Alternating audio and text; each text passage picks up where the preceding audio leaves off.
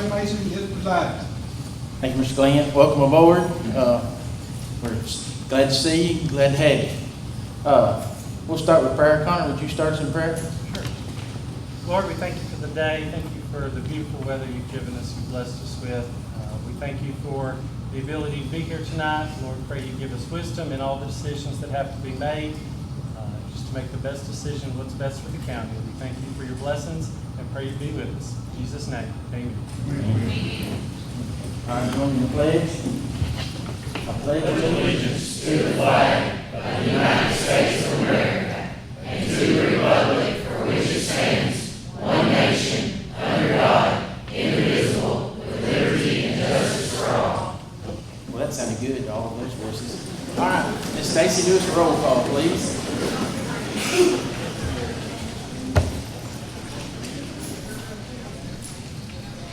Lydia Gregory. Here. Helen Bowes. Here. Terry Gibbons. Here. Billy Bass. Here. Greta Kirby. Here. Charles Kent. Here. Ron Paschal. Here. Lynn Brown. Here. Scotty Barrett. Here. Matt Enyart. Erica Ebel. Here. Cordell Smith. Here. Danny Irizarry. Here. Stephen Lish. Here. Eddie Stout. Here. Casey Elrod. Here. Justin Malden. Here. Barry Cahoon. Here. Tommy Bain. Here. Junior Fields. Here. Connor McDonald. Here. Tim Beller. Here. Danny Huff. Here. Ed De La Rosa. 24. All right, thank you, ma'am. All right, next on the thing will be the public comment. The list is up here. If anybody else hasn't signed in and wants to sign in, we'll take a few minutes and do that. Give you a last chance to sign in on public comment. All right, normally our rules say we limit it to 10 and 2 minutes. At this time, I would take a motion to suspend the rules so that everybody can speak who wants to speak. Motion to suspend, second. All right, motion and second. All those in favor? Aye. All right, what's the first name, Stacy? All right. Junior. All right, I have Miss Tara Bain Saunders.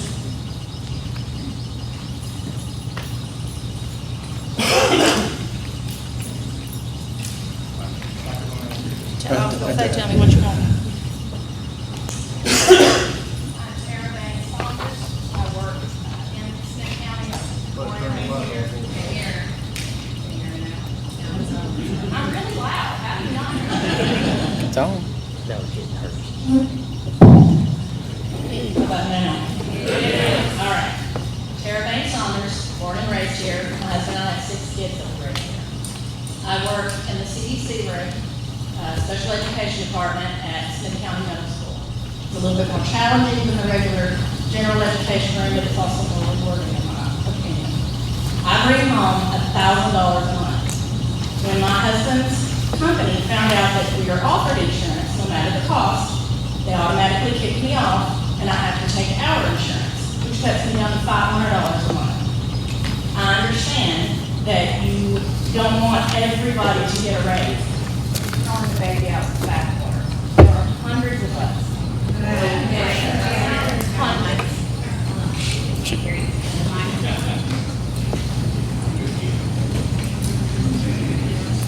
Swap it out if you have to, man. I can get loud.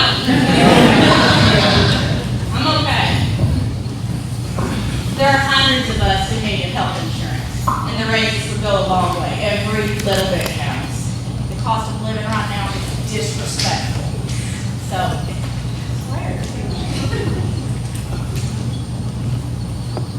can I go down? There you go.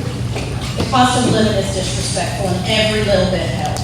And I understand that you don't necessarily want to give everybody a raise, but there are hundreds of us who work with your kids, your grandkids, your nieces, your nephews, every single day who could benefit from this.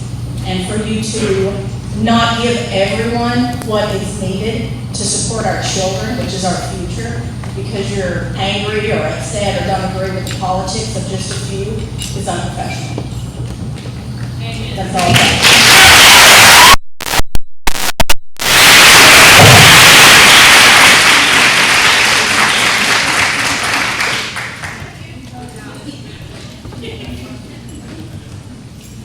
Saunders. Next is Lachey Johnson.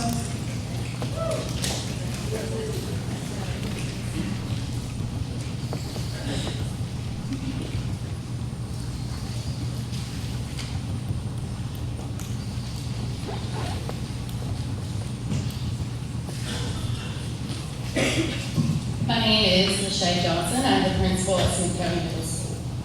Our educators are the unsung heroes of our community. We are talking about professionals who work tirelessly, often beyond the confines of their contracted hours, to ensure that their students have access to the best learning experiences. Smith County Middle School houses all of the high-need students in the county 5th through 8th grade. We would not be able to meet all of their individual needs if we did not have our paraprofessionals. They work with love and passion with these students while barely bringing home $1,000 a month with no insurance. We have paraprofessionals whose spouses have to pay a spouse surcharge to keep them on their insurance because what we offer is too expensive. At this moment, I have 2 prospective employees waiting to see if this budget passes before they will commit to coming on board. Because if it doesn't, they can't afford to take the positions. What is our classroom going to look like when we can't find people to work a job with these responsibilities for $17,000 a year and no insurance? We must also confront an uncomfortable reality. We are on the brink of losing a generation of talent from the teaching profession. Aspiring teachers once filled with ambition and drive are now considering careers outside of the classroom due to lack of competitive wages, insurance, and respect for our profession. Retaining experienced teachers is an obstacle we face daily. We have teachers in Smith County with 20+ years experience making about what now a first-year teacher makes. Due to the governor increasing the minimum starting teacher salary and the lack of raises to support our veteran teachers. Without this raise, these teachers will eventually make less than a first-year teacher. Over the summer, I had several experienced teachers back out of positions because it would be a cut in pay for them to work in Smith County. We lose experienced teachers every year to surrounding counties because they can make more doing the same job. By not having competitive salaries, what will our classrooms eventually look like? What will our students' futures eventually look like? Do we not want the best of the best instructing our students every day? The answer to ensuring that the brightest minds are aligned with our children's futures is not complicated. It just requires our community to reward their dedication, honor their contributes, and acknowledge that they're a vital role in creating a better tomorrow. Today, we are presented with an opportunity to make a transformative difference. The budget has been laid out the same way every year since I began teaching. The only difference this year is there are raises and insurance. A no vote for this budget is a no to the raises and insurance for all. It will also bring the Department of Education in to help make this budget, and then no one will have input. They will come in, calculate numbers, and determine a budget, which will be equal or greater than the previous budget. By approving the raises in insurance, we will set a standard in education that those who devote their lives to teaching our children are worthy of the utmost respect and support. I'll leave you with this last question. At what price do you value your child's education?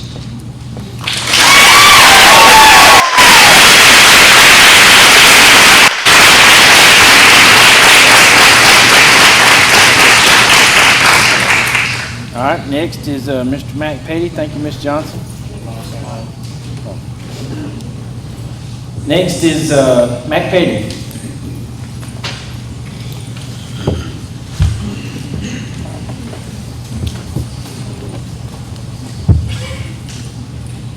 Those of you that don't know, I'm the principal at Warrenville High School. This is my first year in that position. I've been at Warrenville High School for 25 years. I've been in administration for 14 years and assistant principal, so I have a little bit of been in that situation for some time, and I want to thank you for the opportunity to speak on behalf of the faculty and the students of Warrenville High School. Growing problem over the last several years has been the lack of teachers coming into the workforce. Us filling positions is getting harder and harder every year. There are very few teachers that are coming out of the college ranks that want to get into the education field. We're also looking at a growing number of teachers ready to retire, like Ms. Lachey said, and we're losing teachers each year to neighboring counties. I talked to several commissioners over the last few weeks, and one common thing I've heard from some of those is we can't compete with Wilson and Putnam County in our tax revenue. But that's who we have to compete with in the education field every day, because our teachers leave and go to Wilson County. Our teachers leave and go to Putnam County, but I keep hearing, well, we got to be compared with Trousdale and Macon and Jackson. We don't lose teachers to those. We lose teachers to Wilson, we lose them to Putnam. We have to be competitive in our pay scale in order to do so. In the last 3 years, Northland High School has lost 14 teachers that have either retired or left for a higher paying position at another district. Last year alone, my first year, we had to hire 8 new teachers and 3 non-certified teachers. We were only able to fill those positions because of the 13% raise the year before and the hope of a 10% raise in insurance this year. And when I talked to those teachers, those people that applied, I said, we have a proposed 10% raise and we have proposed for insurance for non-certified teachers. I can't guarantee it's going to go through, but I can't imagine they wouldn't vote for it because we're not asking for any more money. Now I'm kind of stuck because those people are there and they're expecting hopefully that we'll get there. Since Mr. Smith has been as the director of schools, I think when he came in, the BOE was under $2 million in revenue. Since that time, he's increased that exponentially.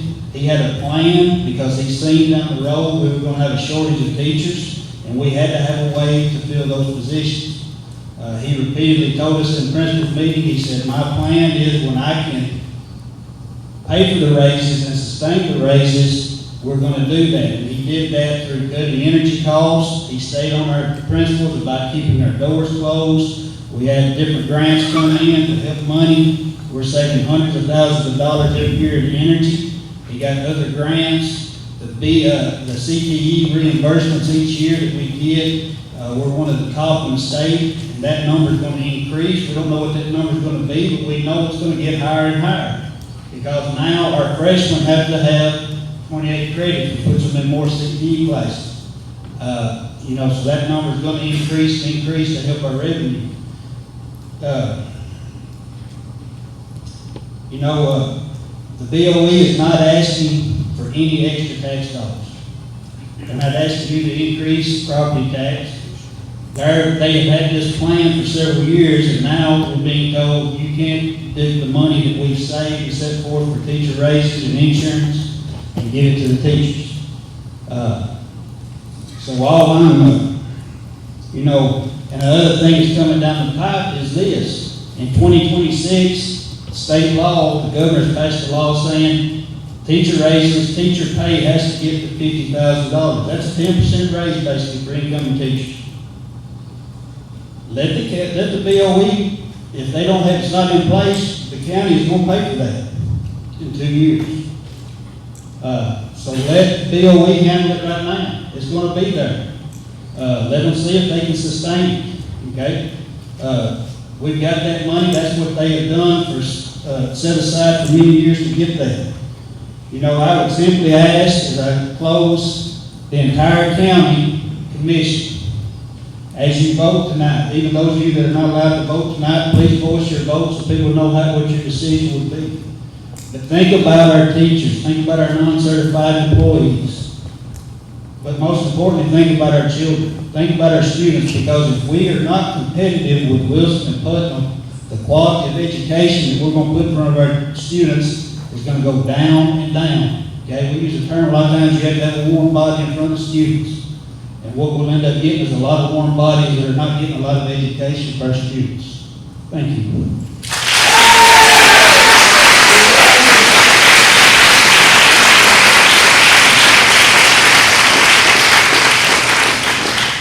Thank you, Mr. Petty. Next is Mr. Tommy Manning.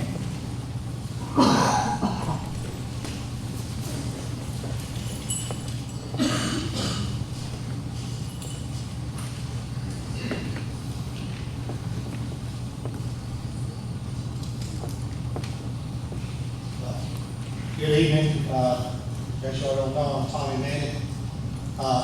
I'm probably, other than Mr. Shoulders, probably the eldest board member that sits on the school board. I debated all day. I kept saying I would not speak, I would not talk, I'm not going to talk. Later on this evening, I felt like I probably need to talk. So I want to say, first of all, County Commissioner, thank you for your hard work. You're underappreciated. School board members, thank you for your hard work. You're underappreciated. Whenever you set into these positions, whether it's school board or county commissioners, you're not appreciated.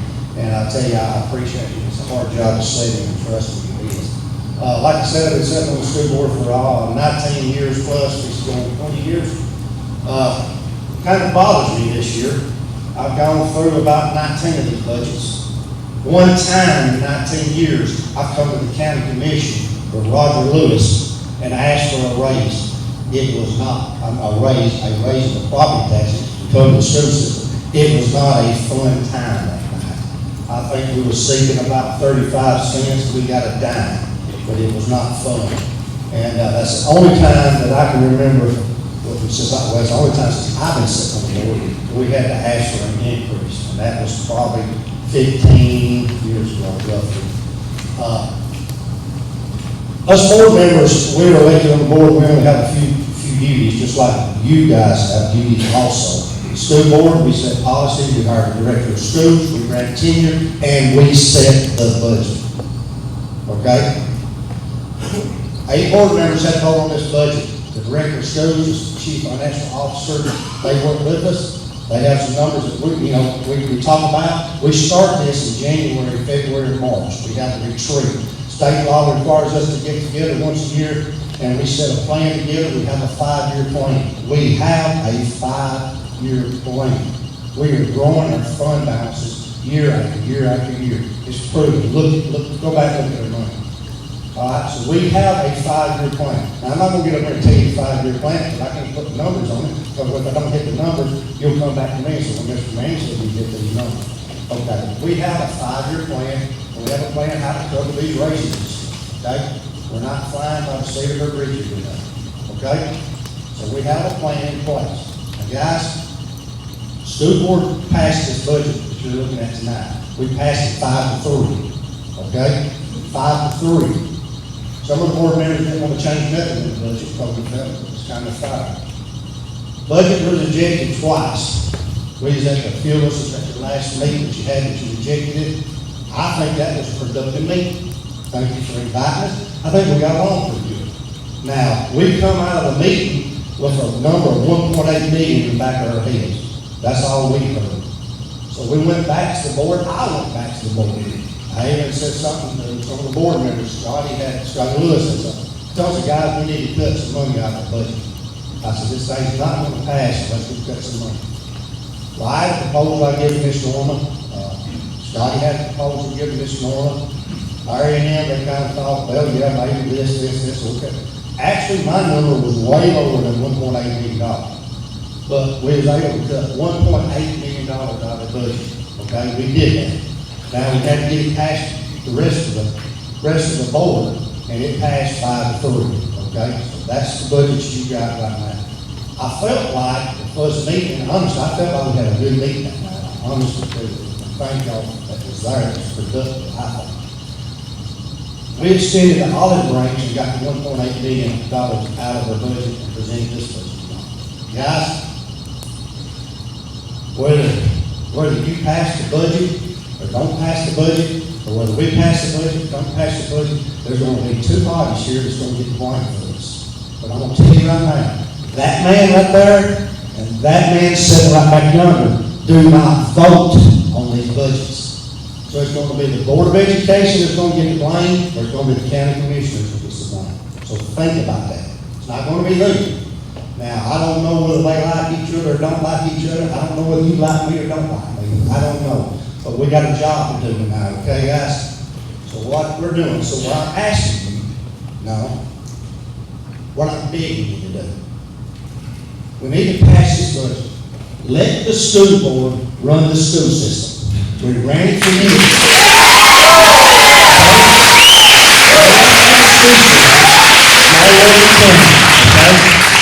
Because I'm telling you guys, this is a big animal we're eating here. Now, the 1981 Act, we got that coming knocking at the door, and we gotta make this thing work, guys. We gotta make it work. It's not all bad. It's not all bad. We gotta make sure this thing works. We got that animal coming at us, so we need to go in, for our budget set, y'all need to get these other budgets set, and that way we don't have to worry about this another month or two down the road. We can start focusing on this 81 Act that we're going on, okay? So we got to focus on that. So I'm asking and begging you, let's try to get this budget worked out tonight, and thank y'all for all your hard work.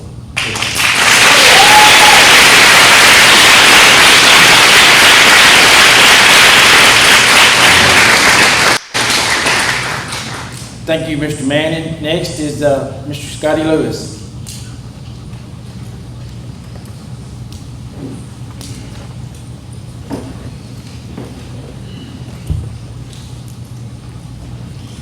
Thank you, Mr. Mayor. Good evening, everyone. I really don't have, I'm just holding this paper because it looks good. And I'm glad that Tommy Manning went before me because there's a school board meeting, he says that I talk too much, so I'm glad we got him out of the way. I want to say a few things, and I don't have any criticisms of anyone because we're all judged by the same person when the time comes. I wouldn't be in your shoes for anything in the world tonight. And I want to tell you something else. It's mighty hard to be in a school board member's shoes sometimes. I've been on the school board for 6 years, and some people may feel like that's more like 600, but I've been there 6 years. And I think that we have been extraordinarily good custodians of our funds, and we have a 5-year plan. And we have been trying diligently, and Mr. Smith knows, and others that are on board when I came on. I came on the very first meeting that I was on there asking for $2 an hour. Because we have to do something for our employees.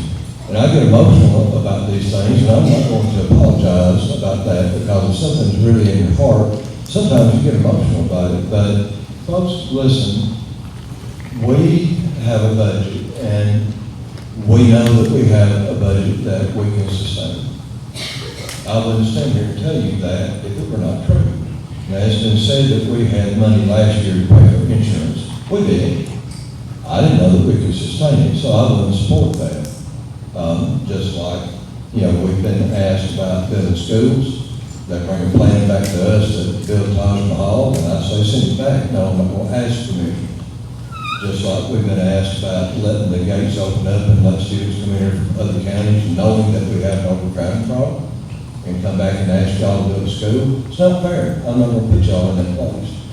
But we have a workable budget that we have tried really hard on, and we did go back and cut 1.8 million out of it. I was not at the meeting, but everything that I heard about the meeting was that it was an extraordinarily well-conducted meeting, and everybody got along, and there was no problems or anything like that, and that's how it should be. Y'all represent a certain arena, we represent a certain arena, and we need to be able to get along and do these things. And let's just be blunt and honest with each other. Now, back when the 81 Act first began, I kind of looked at it like two baseball teams. And I think I've sort of said this in the Finance Committee meeting before, but not to be repetitive, some of y'all haven't heard it. I was on one team, and I kind of felt like county commission wanted something, they was on another team. I wanted my team to win. And all y'all wanted your team to win too. And that's okay, but that's over and done, and as far as I'm concerned, that's back there. And we need to move forward. As I have said, and the mayor can probably nod his head, I sit on the committee with Mr. Mullen, and then I take my school board hat off when I come in there. I'm working on that committee to make sure that the 81 Act works. I'm sitting there as a school board member, but that's not my job, is to make it work. So that's what we're trying to do, and that's what we're trying to do with this budget. But ladies and gentlemen, look, we have a lot of employees in our system, and I'm proud of one of them. Now, they have a very difficult job, and one of or a couple of the roles that are particularly tender to my heart are the non-certified or uncertified employees. They're the least paid, have no benefits, have no retirement, have nothing. They show up and they make little or nothing, as you've heard from some of these people. So I'm gonna tell you a story, and I like telling stories, so I'm gonna tell you one. And this one's very close to my heart, but I want you to understand where I'm coming from with this budget and why it is so important, because things can happen, you know, life is very fragile. I mean, I hope to make it home tonight, but if I don't make it home in Elmwood, on Cookville Highway, I'll make it home to my real home, so I guess I'll get home on one of those. In 1970, my father passed away. He was in an accident, that was no one's fault, but he was involved in one, and for 28 days, he was in Bedford Hospital. When that occurred, he was the principal, 8th grade teacher, the boys and girls basketball coach for Church School, and he's proud of every inch of it. I love it today just as much as he did. For 28 days, he was in intensive care. And after 28 days, God called him home. I can't remember the exact dollar amount of the bill because I just turned 9 years old, just a little boy, and I was with him. So that was kind of rough. But again, it was just an accident. Would you like to know who paid that hospital bill? Carthage Shirt Factory had insurance when my mother worked, because the county school system had no insurance. So my father lay there and knew that, and I've got notes that he wrote to my grandfather, how much is this going to cost? The whole time knowing that he wasn't going to survive and he didn't have any insurance. But the Carthage Shirt Factory, which a lot of people here, family members or had family members that worked there, had insurance, and they paid that bill. What a shame. My father had a master's degree and no insurance. What a shame. And we've got people in the school system who work so hard every day for our children. And all we want to do is do the same thing that y'all want to do for every department in the county, and that's the best that you can. And we believe that we have a plan that does the best that we can. We did cut $1.8 million from it. Not easily, because some people didn't want to, and that's okay. Everybody has a right to their opinion. But we did cut that. So what I would ask you to do now is, we're talking about money, and money is important because we're talking about budgets. This is a sustainable budget. I would not vote for it were it not. But somewhere in here, money cannot be the end all, be all of what we're talking about. It is important. We have a budget, we have to stay within those things. I mean, y'all have budget amendments all year long. I think we've had to come back to a budget amendment before. Y'all's budget proposed from 24 to 25 is somewhat gone up. I'm getting back turned around here, some 36%. What we're asking to do is increase ours to 21% from one year to the next. But still, that's money. But somewhere in there, regardless of money, and we're not asking for anything, we have money to take care of this. But somewhere in there, it goes beyond that. It has to go beyond that. It has to be about your heart. It has to be about doing the right thing, even when it's not the popular thing sometimes. Even when it's a difficult thing, even when there's been disagreements, even when there's been whatever. I can look at every one of you sitting there right now and tell you, I don't have any animosity towards anybody in this room. I'm not going to. You've heard me say that in the school board meetings if you pay attention to them, because I'm going to account to the Almighty someday, and I'm not going to be called for that. I'm not going to be judgmental of anyone else.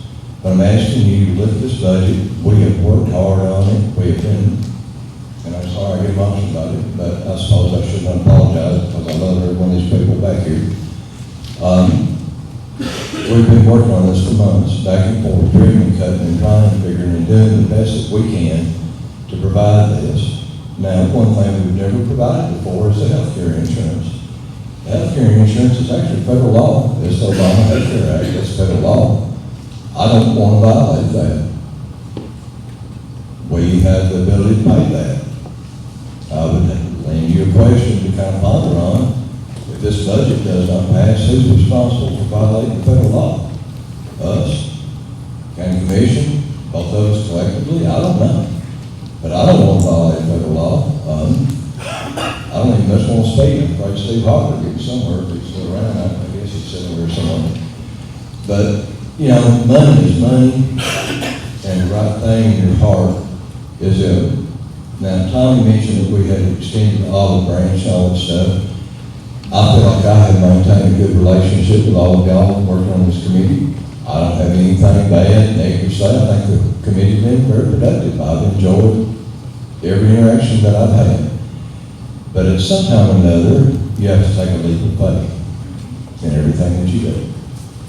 I'm asking you to trust us that we're doing the right thing and that we're here intending to do the right thing. I don't want anything done that's going to cause a tax increase. That causes me trouble too. Or with a tax or anything else. Although you may have to do that sometime, and if you have to do it to pave roads or something other, I'll be the first one to vote for it. I don't care. I mean, if that's what it takes to take care of the roads. But we're not asking for that. So, I know that you're looking at numbers, but I'm going to ask you to look at your heart as well. And these people that are back here, because the most precious commodity that we have in this county, no matter what it is not a bank account.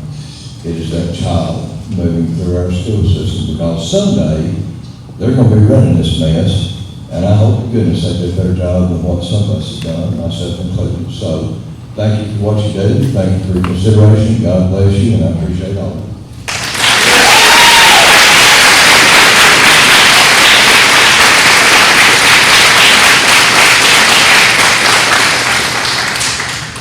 Thank you, Mr. Lewis. Next is Rachel Dunn.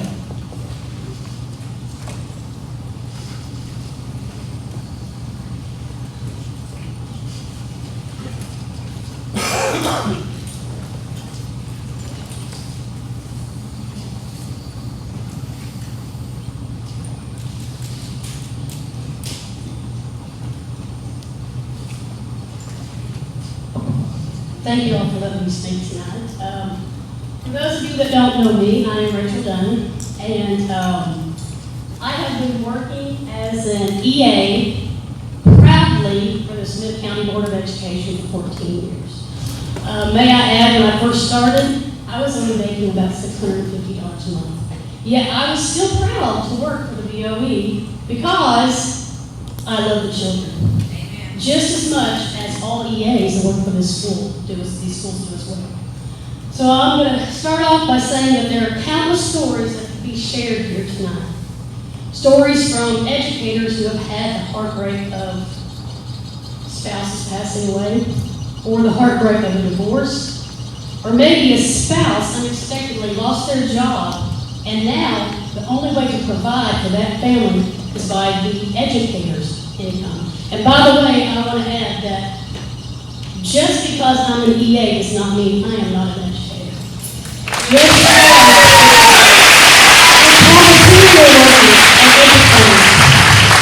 Our custodians are also educators, and they deserve just as much as the certified teachers do. My husband and I sort of went through one of those instances where he had had a job for years, and it came up that he lost his position. In losing that position, he also was losing the insurance. It was going to be up to me to cover for our whole family. I called the Board of Education, asked them about insurance information. When we went back and checked it out, I didn't even make enough to cover insurance for our whole family. And there's many more stories like that. So, our county, because of those reasons, have lost, as some have said before, a lot of the great educators because they couldn't provide what was needed for their families, and that should never happen. You see, we could go find another job. I just went and got a frappe tonight. That girl at McDonald's, I taught her, and she makes more than me. And why should we have to go find another job to give up what we love? And we shouldn't, because that is what we're called to do. These schools and these children are our mission fields. We go to battle for them every day, fighting for these children to make sure that they get what they need while they are in our care. So God, what we ask of you is that you do the same for us. Fight for us. I want you to take a good look at the faces behind you, and I know they're behind you right now, because these are the faces of the ones that educate the children. We know that. But take a look at these faces in the room, because they're not going to forget your faces. I'm not going to forget your faces. I know quite a few of y'all, okay?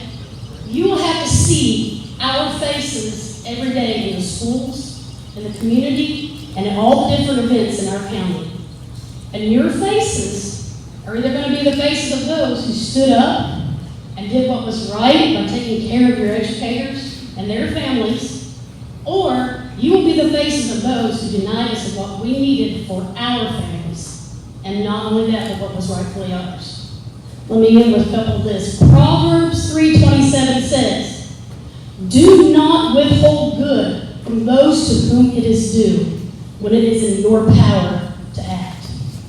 Believe me, it is well overdue, and it is in your power to act right now and to make a difference.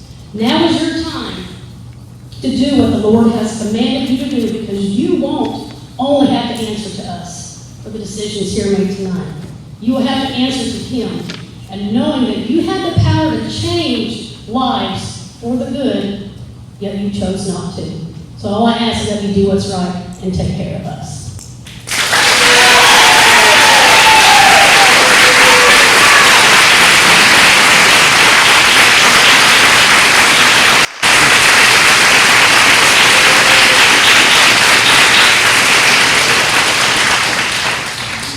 Thank you, Ms. Dunn. Next is Mike Dunn.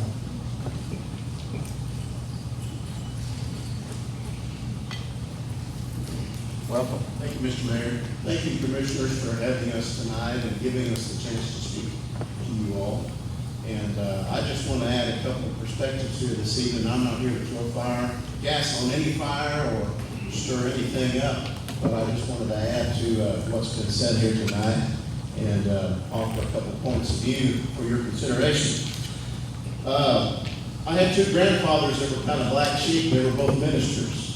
The rest of my family, both my grandmothers, both my parents, my sister, my wife, all educators. I, on the other hand, have spent over 30 years as a public servant in law enforcement. I've been at the city, the county, the state, and the federal level, and government service in addition to that. I was awarded being the first agent ever to purchase narcotics online back before all the modern means we have these days. I personally effected over 1,000 arrests, myself with others included. I enjoyed working undercover for a long period of time, prostitution arrests, gambling rings, Zeta cartels, child sex trafficking, gambling offenses, all these kinds of things. And I even personally interrupted and apprehended the very first sleeper cell of terrorists here in the state of Tennessee, right after 9/11, who were planning to machine gun elementary schools across our state. In addition to all those things, why in the world would I say these to you all this evening? I would not, after all the executive protection I've done for presidents and dignitaries and all the horrible, dangerous spots I've been in, there's no way in the world you could have me do their job. Never. I would never try to be a teacher, an educator in today's world because of the disrespect they have to deal with on a daily basis, the hard job they have to deal with the lack of funding, the lack of tools. I've seen every day of my life, because of my upbringing, the back stories of what goes on in the schools, things the teachers have to do day in and day out before school even starts, way late into the evening, during the summertime, during vacation breaks. It goes on and on and on.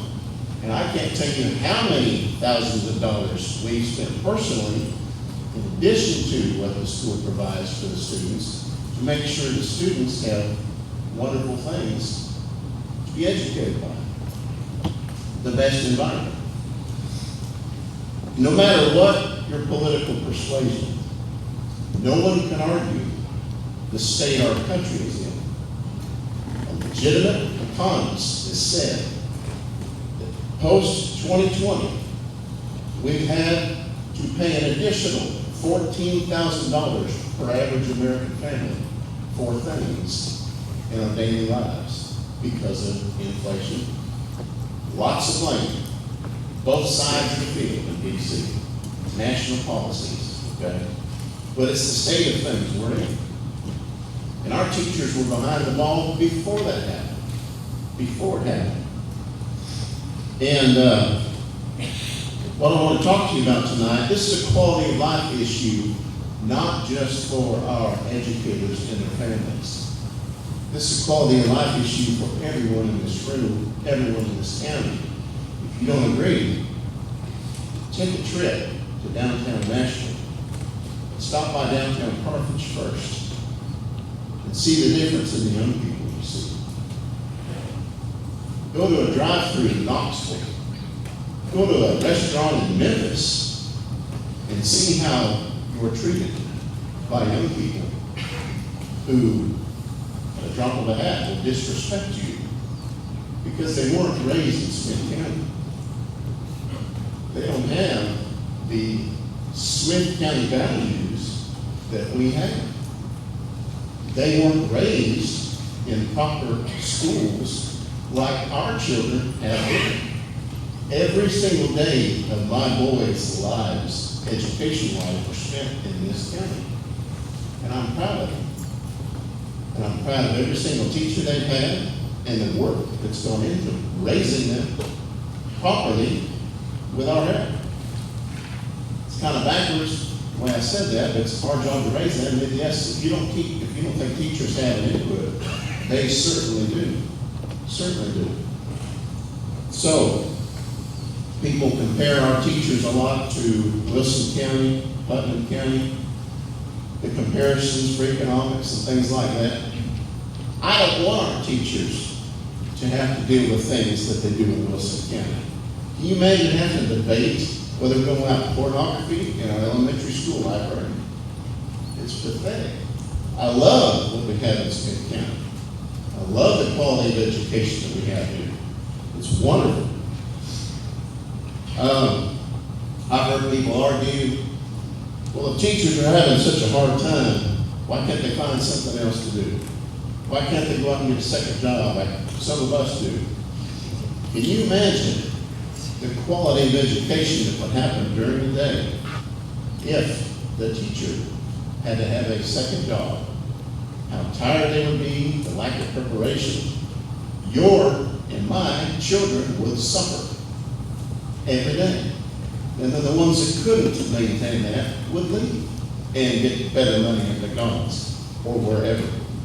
And you imagine the quality of life here in Smith County that would drop because we can't maintain our Smith County traditional values through our teachers, passing that on to our students. It weighs heavy, very heavy. Teachers are struggling to stay afloat right now. They have been for some time. There are several that have already left. Gordonsville's principal alluded to that. We know several ourselves personally have had to find other things to do because they can't afford to continue on with their dreams. More than one occasion, my wife will tell you, hey, I thought of heard of a good job would be good for you. I'm thinking, man, you know, it might help with our budget situation at home. She said, y'all pray about it. And the answer she always gets back is no. I've got a mission field. I know exactly what I'm called to do. And I sincerely believe if Rachel got $0, she would still be doing what she's doing.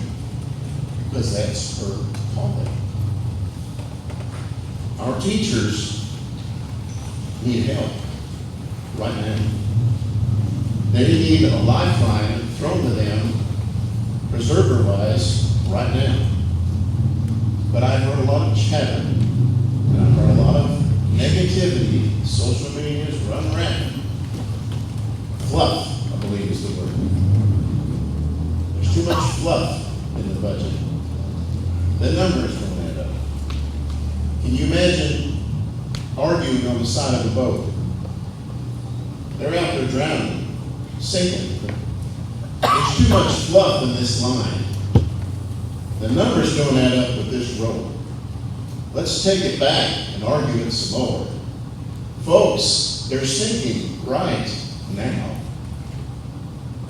They need help right now. It's important for all of us to realize, no matter what angle we argue, no matter what angle of our opinion tonight, we should be all on the same side of this. We're Smith Countyans. We are for the betterment and the preservation of the traditions here in Smith County. We should all be for that principle.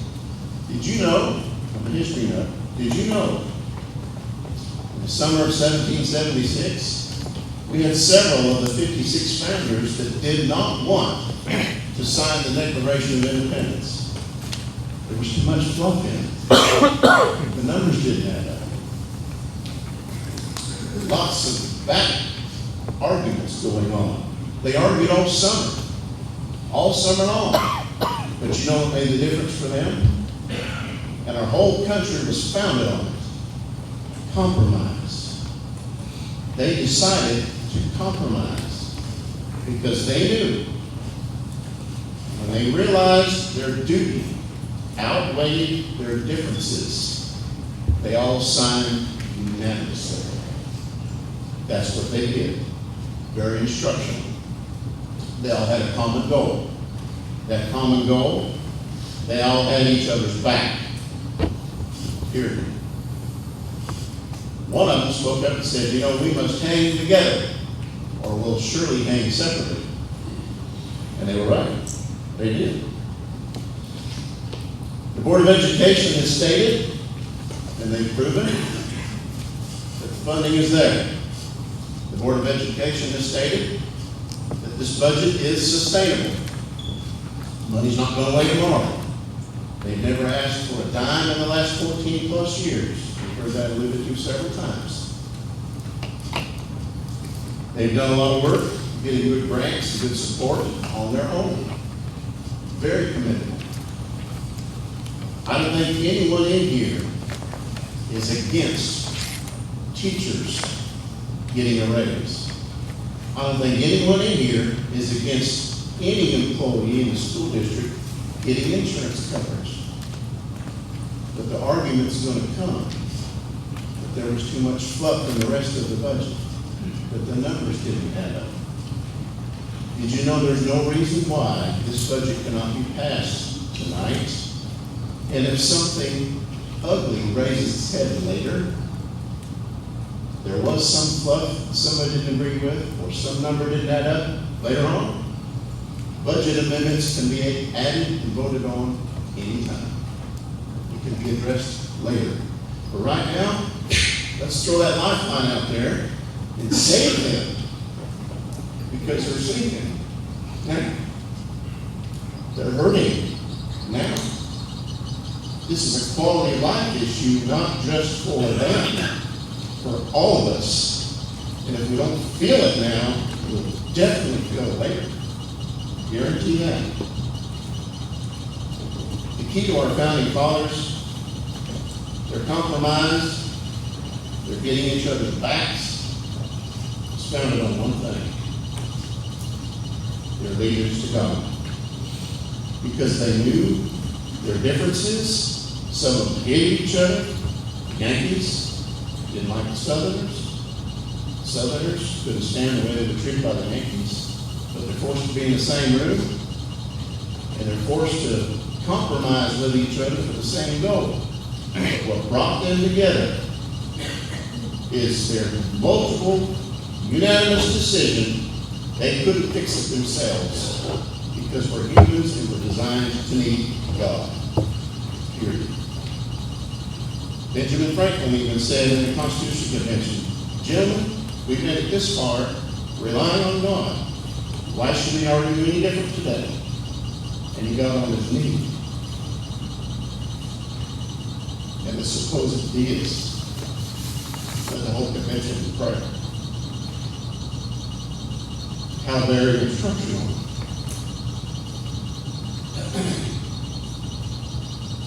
Heavenly Father,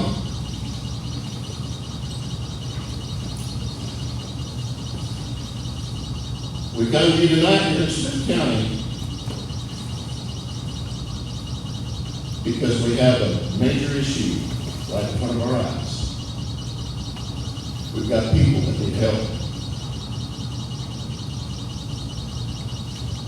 And there's been a board working diligently to secure them that help.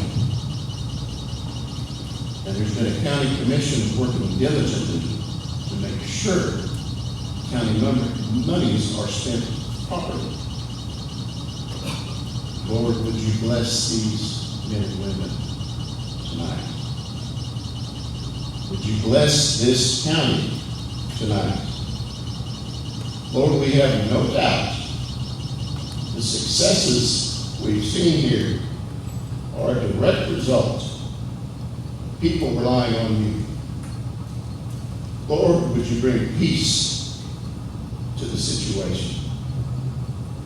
Would you get rid of the rancor and the bitterness and the childish fights and help us to remember we're supposed to be ladies and gentlemen and consider the greatest investments of life that we have of the children. Would you give us the guidance tonight to have each other's backs with the strength that you alone can give us. In Jesus' precious name I pray. Amen.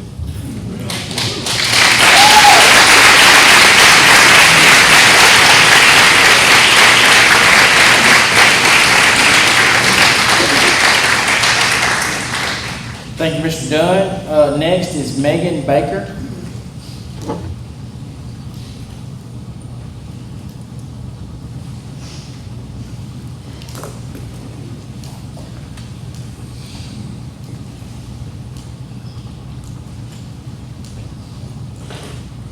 Hi, my name is Megan Baker, and I'm a special education paraprofessional at Smith County High School in the Comprehensive Development Classroom. This classroom serves students with the highest level of needs. I love my job and the students I work with. However, sometimes I do encounter extreme behaviors from students that become physical towards me, the other parents in the classroom, or the teacher in the classroom. So I'm going to talk numbers with you for a second. The starting pay at McDonald's is $14 an hour. That is more than the starting pay at any school in Smith County for paraprofessionals.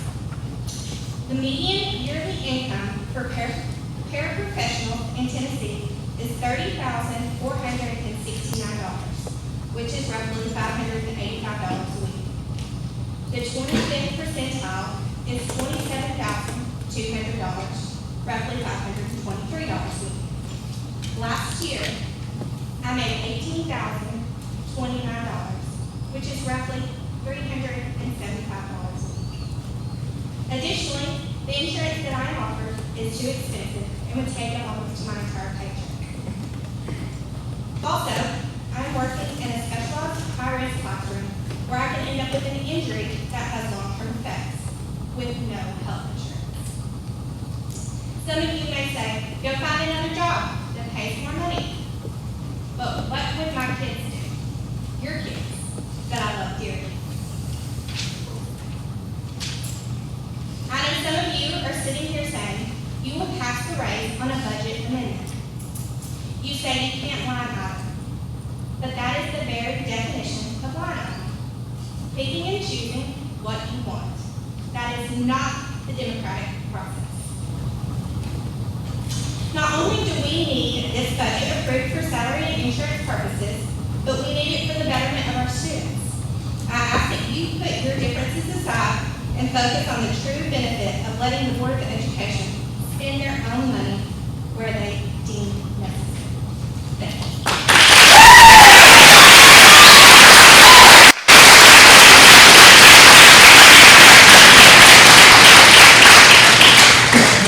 Thank you, Ms. Baker. Next is Leslie Smith.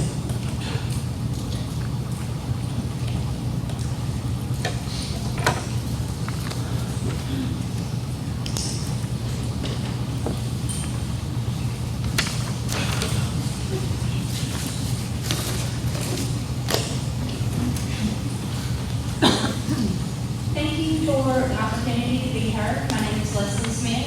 I live in Carthage. I do not have any children in the Smith County school system. I've been a corporate accountant for 20 years.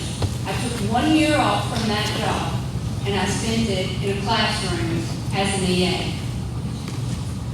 I have worked many different levels of accounting during my career, and I bring a wealth of experience to my comments on the current budget from the Board of Education. Mayor Mason and the Finance Committee have tried so hard to make this thing work.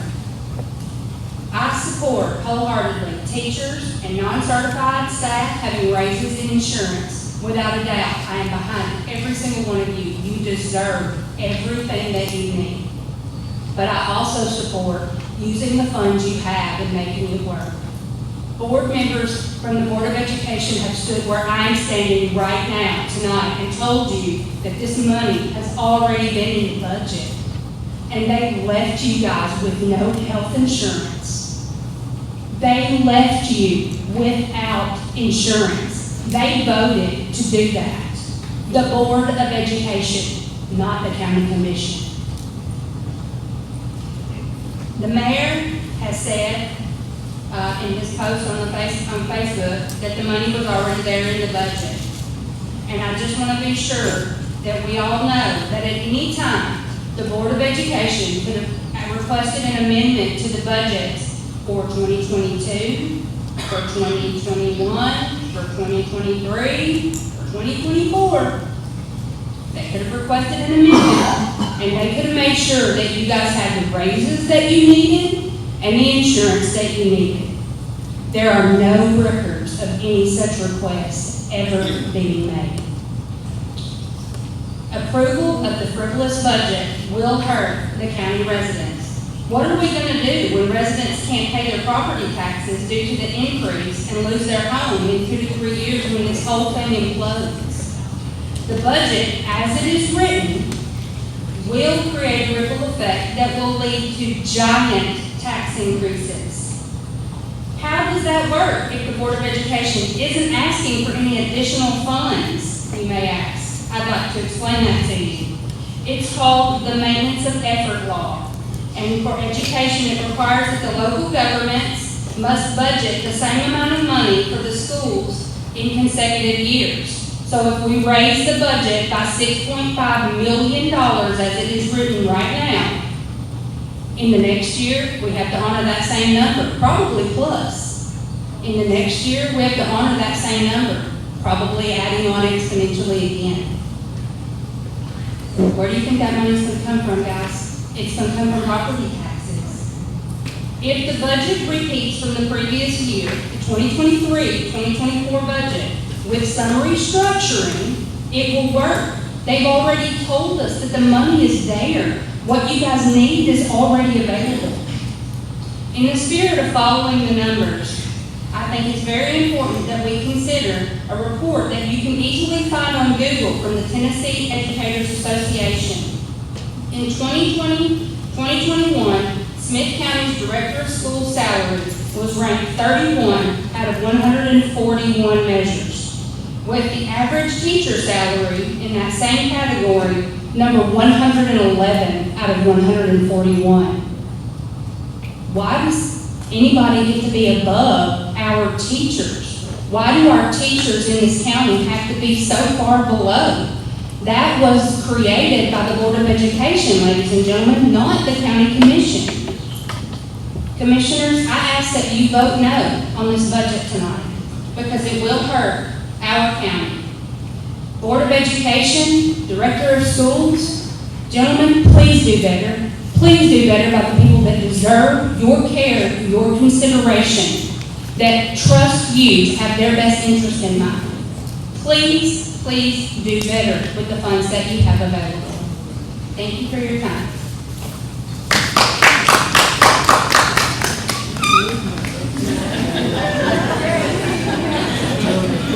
Thank you, Ms. Smith. Next is Ms. Hope Dillard.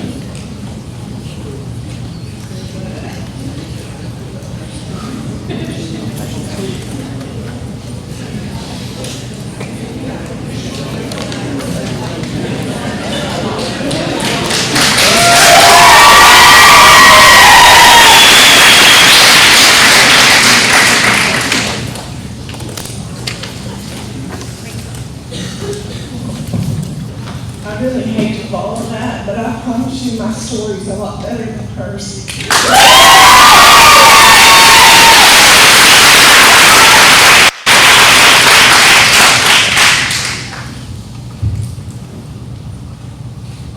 My name is Hope Dillard, and I'm a pre-K teacher at Defeated Elementary. I started working at Defeated in 2014 as an EA, making $750 a month. I was making a whole lot more money. Actually, I was a paralegal for Mr. Beller. But my husband was making a lot of money at the time. And we chose that I could take a pay cut and I could go to school and be an EA when my children were going to go to school. So I took a pay cut, making $750 a month. I had a 3-year-old and a 3-month-old. And 3 weeks into my new job, my husband was diagnosed with stage 4 cancer. Within 3 years of me working at Defeated, his cancer had returned 3 times. So during his second stem cell transplant, I had to take a leave from my job because we had to move to Vanderbilt for 100 days. And neither one of us had any income. But this community, they supported me. They took care of my family.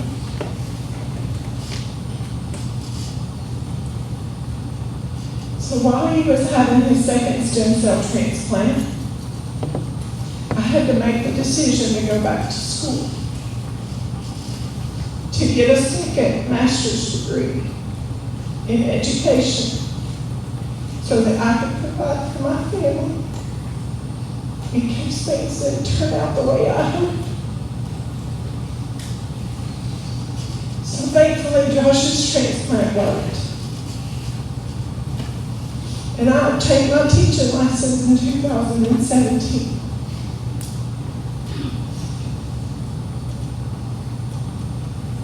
But unfortunately, on October the 9th of 2022, my worst fear came true. And I became a widow and a single mother of 2 precious boys.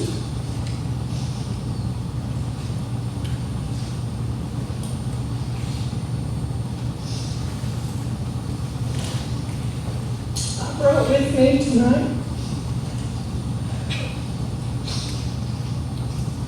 the State of Tennessee Department of Education poverty guidelines.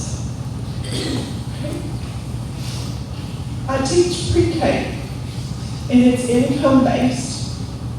To be in my classroom, you have to fall below this poverty level. This is the exact document that I use to see if these kids qualify to be in my classroom. They have to make less than this number right here. I also brought with me our current salary schedule. If I had been so determined to get a second master's degree, I would be sitting on this property line right now. There are educators in this room that fall below this poverty level. My friends, my family, my coworkers, may not be because they're widow, maybe it's because they're divorced, but it doesn't matter, they fall below this poverty line.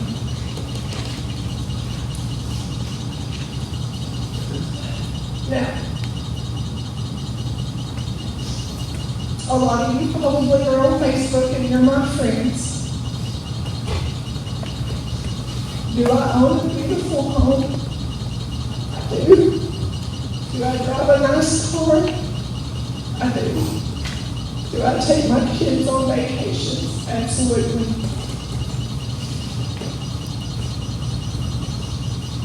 But I had all of those things before my husband passed away.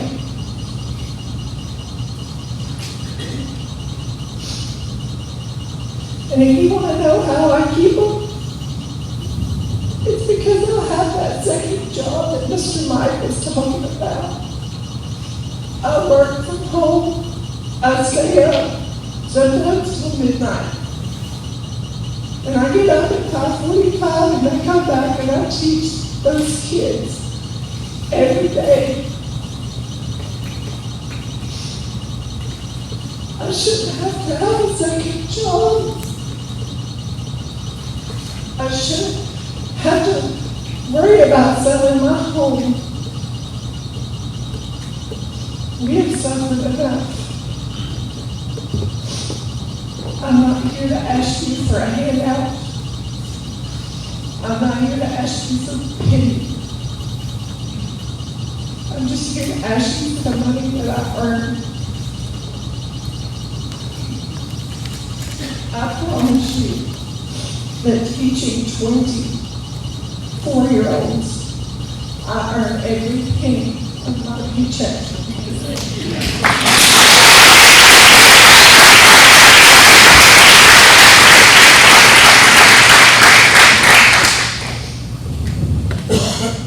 And if any of you want to volunteer,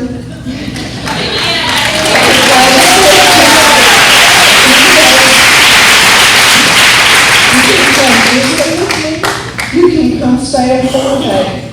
I have an assistant, and it's all we can do to handle 24-year-olds. I love them with all my heart.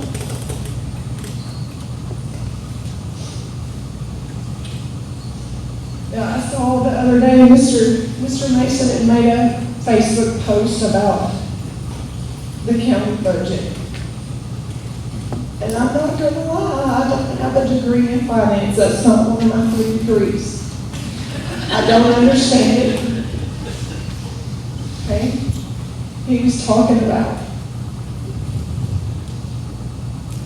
paving roads, fixing the roof on the Turner building, I believe. I think restoring the courthouse. Okay. But this budget that you have in your hands tonight is different than that. All of those things, those are inanimate objects. The budget that you hold in your hand tonight, all of those zeros, they have faces. All of those numbers, they have names. All of those figures on your tables, they have families. And one of those,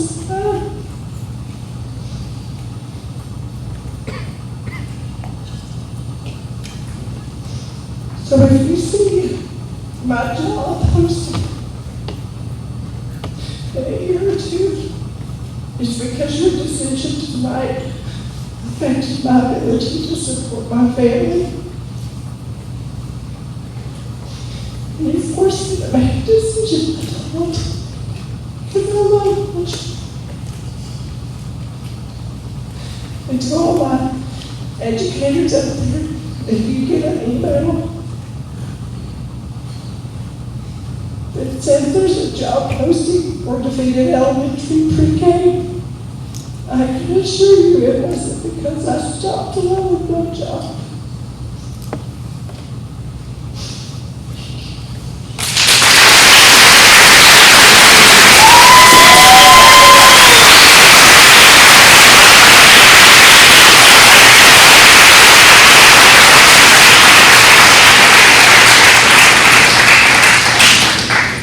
Thank you, Ms. Hope. I know that was hard for you. At this time, is there anybody else that wants to speak before we move on in this meeting?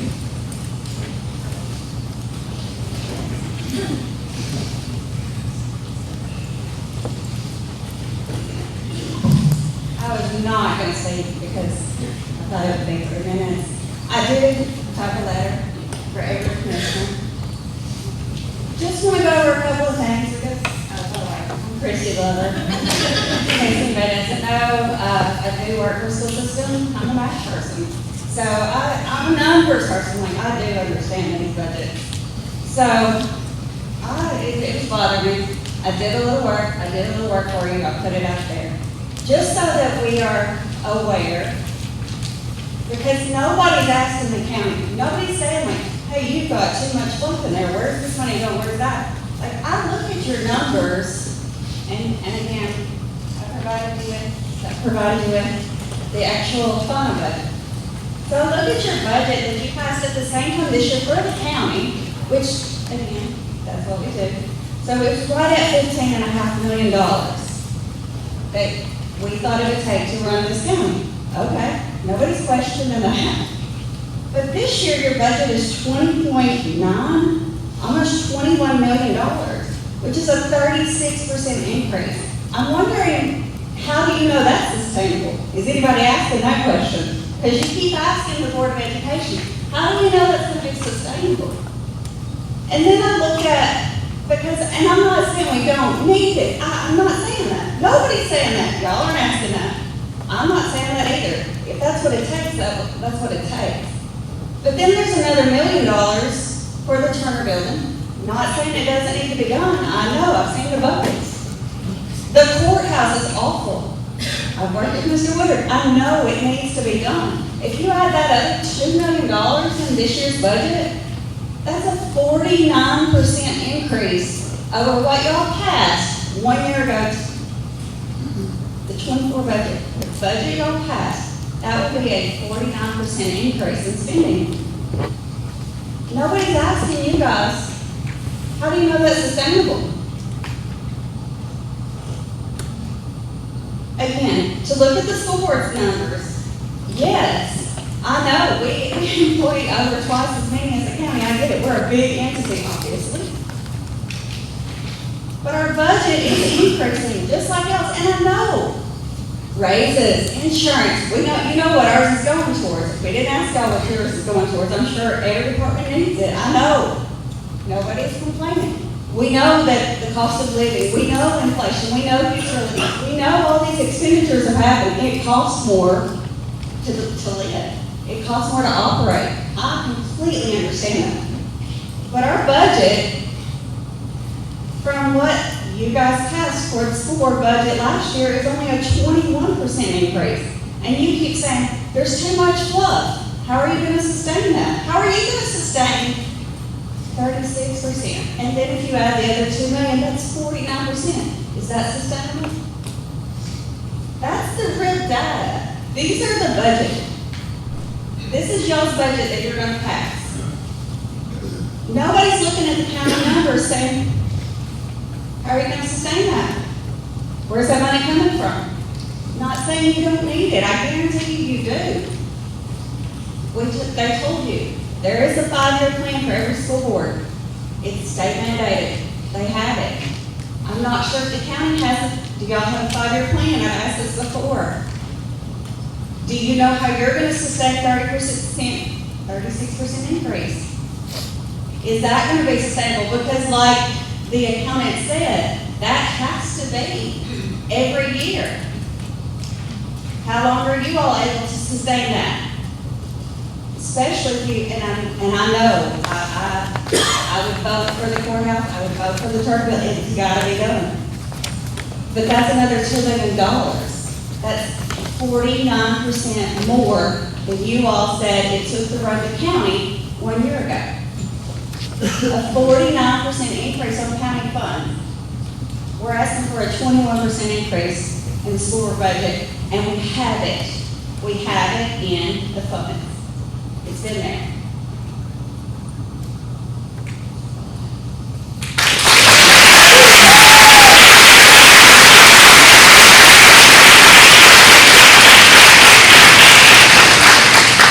Anybody else before we move on?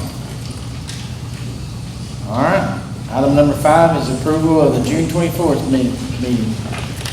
I would take a motion to approve. Motion to approve Connor, second.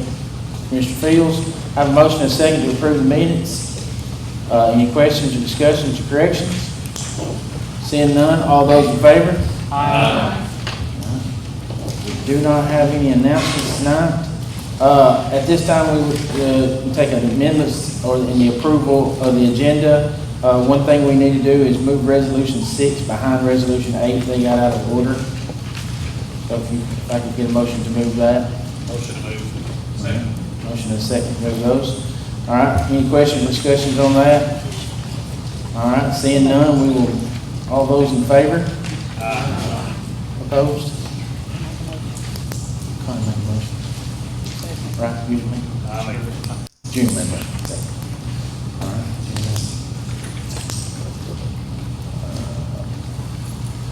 right. Item number 8 is the county mayor report. Since we're this far in, we'll just move on and I'll update you in September on other things. Number 9, committee reports. You have a set of those in front of you. Item 10 is new business. I do need approval on the circuit court, juvenile court, general sessions court, sheriff's office, trustee's office, chancery, register of deeds, and county clerk year-end financial reports. Motion approved. Motion approved by Junior. Second, Matt. I have a motion and a second to approve those reports. Any questions or discussions on those? Junior made the motion, Matt made the second. All right. Any questions or discussions on that? Seeing none, all those in favor? Aye. Opposed? All right, those pass. Item B is just presentations for you. It's a reappointment to a utility board and your medical investigators. Quarterly report. We will move on to item C. It is a resolution of the appointment of the Smith County genealogist and historian. Well, that's come out right. Take a motion to approve Mr. John Wagner Jr. be appointed. Motion to approve. Motion to approve Casey Elrod. Second. Second, Matthew Inyard. I have a motion and a second to approve resolution 2024-01. Any questions or discussions? Seeing none, all those in favor? Aye. Opposed? Motion carries. All right. Item number 2 is a resolution 8/2402, and that's to establish the Smith County Commission regular meetings for the next year. The only thing on there, and Jeremy and I caught it late this afternoon, the time says 7. That was supposed to say meetings start at 6 p.m. here. That we will make that correction after if it is approved. Motion to approve the resolution with the correction changing from 7 to 6 p.m. Okay. Second. I have a motion and a second to set this meeting schedule. Any questions or discussions on that? All right, seeing none, all those in favor? Aye. Opposed? Resolution 2 carries. Resolution number 8/2024-03 is to adopt the official flag of Smith County, Tennessee, and Mr. Bill Woodard's here for that presentation.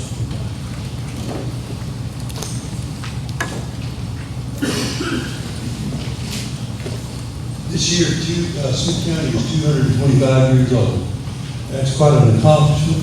1799, or actually before that, these two fellows named Timber Dixon and William Walton came up the Shawnee River, which is called that then, we call it the Cumberland, and they helped to start the town around here and do everything. And one of the things that we've never had is a flag. What we've done is design, and several people had a hand in this, Gene Mineral and several others.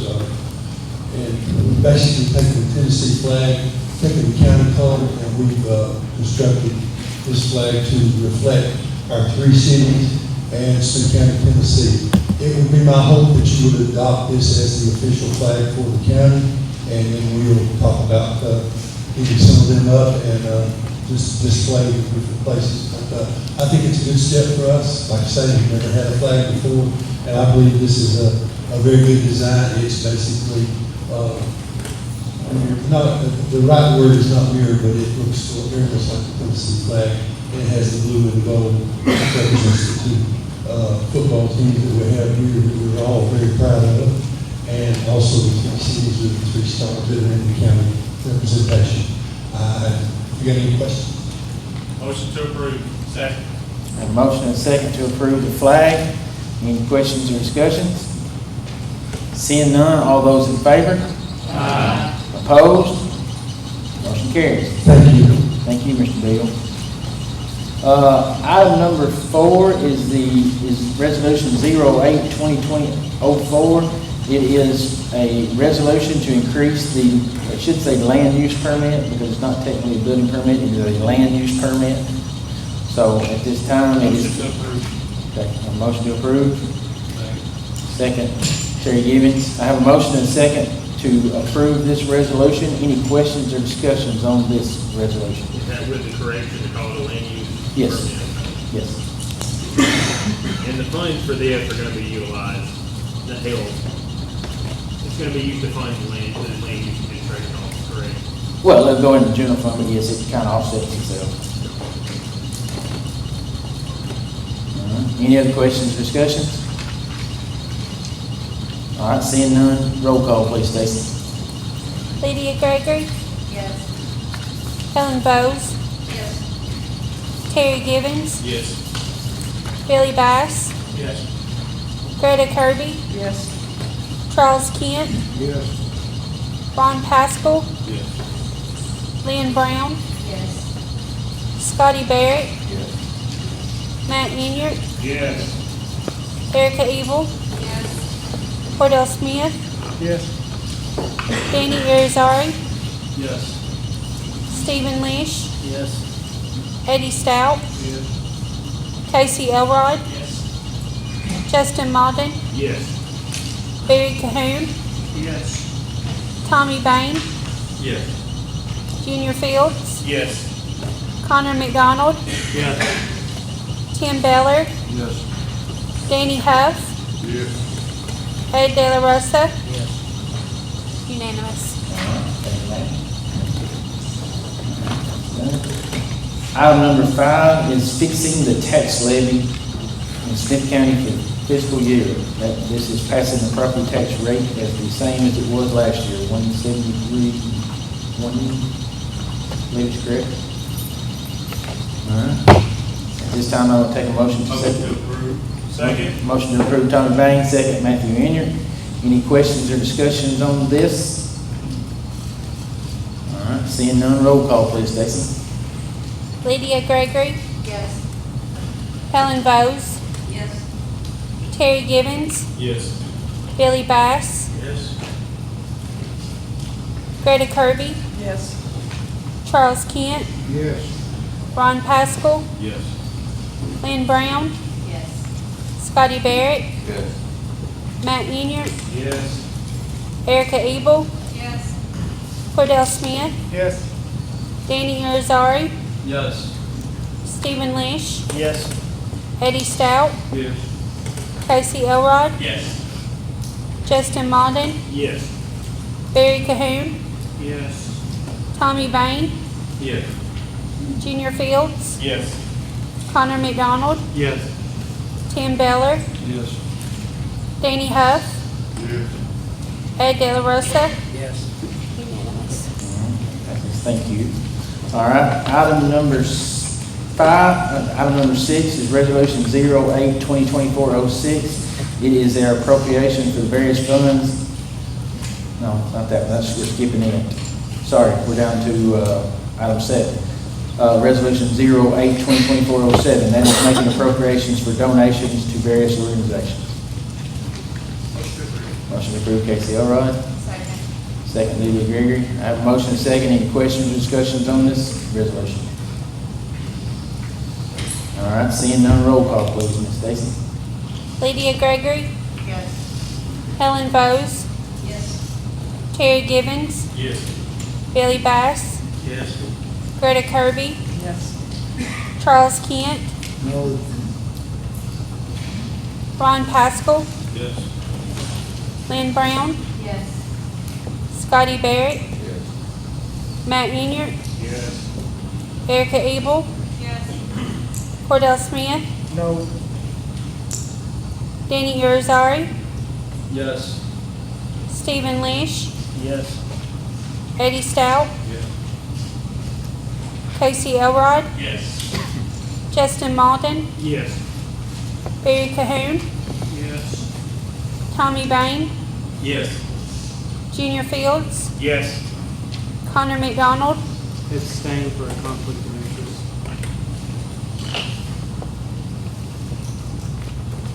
Tim Beller, Yes. Danny Huff, Yes.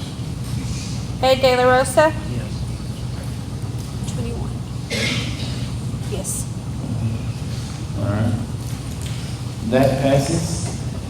All right, we'll move on to item number 8, Resolution 08-2024-08, Fiscal Year Budget. This is for Funds 101, 122, 127, 131, 141, 142, 143, 151, 156, 171, 176, 191, and 207. That is this year's budget for all funds. Take a motion to group and approve, or a motion to vote separately, it's will of the body. Motion to approve. I have a motion to group and approve, and a second from Mr. Field. Any questions or discussions on this motion? Did Danny make the motion? He did, Danny made the motion. All right, so I have a motion and a second to group and approve all funds in this motion. So what you're voting for is to approve the whole budget as written. So, any questions or discussions? Does that include the school? Yes, sir. All of them. All the school budgets and everything. The 141, the 142, 143 is the school budgets. All of them are together. His motion groups all of those together like we've always done in the past. What about the wheel tax and everything? It's down, it's last. It comes later. But this is approved or not approved as school board? This approves all the budgets in one time. We don't vote on 142. Okay, well, Yeah. okay, well, it was in there, yeah. All right. But yes, you are voting to group and approve all the budgets, the complete budget for the year for every county department. All right, any other questions or discussions before we roll call? I have a question. Yes, sir. Mr. Travis, can I vote on this as a whole budget? Yes. Okay. Short answer is yes. If it were broken out, then there'd be a protracted discussion, but to keep from doing that, that question is yes. All right, yes, sir, Ms. So D. to be clear, this does approve the school budget, right? Yes, sir. Okay. Yes, sir. If it's voted in affirmative, it approves it, yes. Any other questions or discussions? Mr. Barry, you're looking at me. Yeah, Jeff, we have to make sure, even if we look at them separately, don't we still have to pass the whole thing together? Not necessarily. You can pull an individual fund out and vote on them separately. Okay, so what we're voting on, whether it's not to group or not. Right. It's grouping. The motion was to group and approve, so yes, you are voting to approve them all at one shot too. Okay. Any other questions or discussions? I think in the spirit of discussion, I would like to see them pulled and voted on separate. I have a motion on the floor. There's a motion, and, yeah, there's a motion and a second on the floor. Yes. So either Danny would have to change his would motion. have to retract, it would have to retract the motion, or go through the vote, and then someone who voted no could bring it back up individually. Okay. But All All right. Danny, would you like to withdraw your motion to group approve? No. Okay. All right. All right, seeing no, any other questions or discussions before we move on to the roll call? All right, roll call, please. I thought we were going to pull them out, but, okay. I'm going to do that, Mike. That's okay.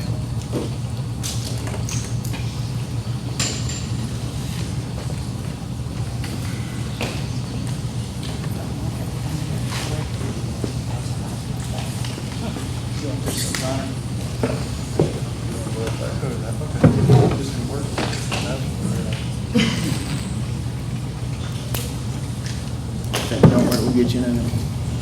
One behind you as well. Is this the bad one? Is it on? Okay. I was going to do a slideshow, but, or a slide at least, but technology did not appear to be, Macs and PCs don't really work together very well. So I did want to speak specifically on the school budget. And I'll say first, I didn't hear a single thing I disagreed with. I would like to see raises. I would like to see insurance for all non-certified employees. And I would love to see the projects that were, even the projects that were in the original budget. I'd love to see those get done. I appreciate Mr. Lewis and Mr. Manning's comments about the position being a thankless position and one that nobody wants to do, but everybody is very interested in. And it's very personal for a lot of us. A lot of us have family, good friends. I mean, it's the school system's the largest employer in the county, so everybody's got some connection to it. I have 7 immediate family members who either are or were in education in some capacity.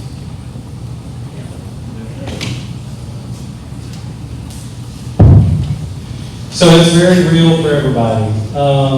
And I have heard from both sides. I've talked to the mayor, I've talked to several school board members throughout this process, trying to figure out for myself and understand what's going on with this budget, what does it mean, and I'm talking specifically about 141, the school budget, and understand it for myself. My constituents elected me to make an informed and wise decision with their tax dollars.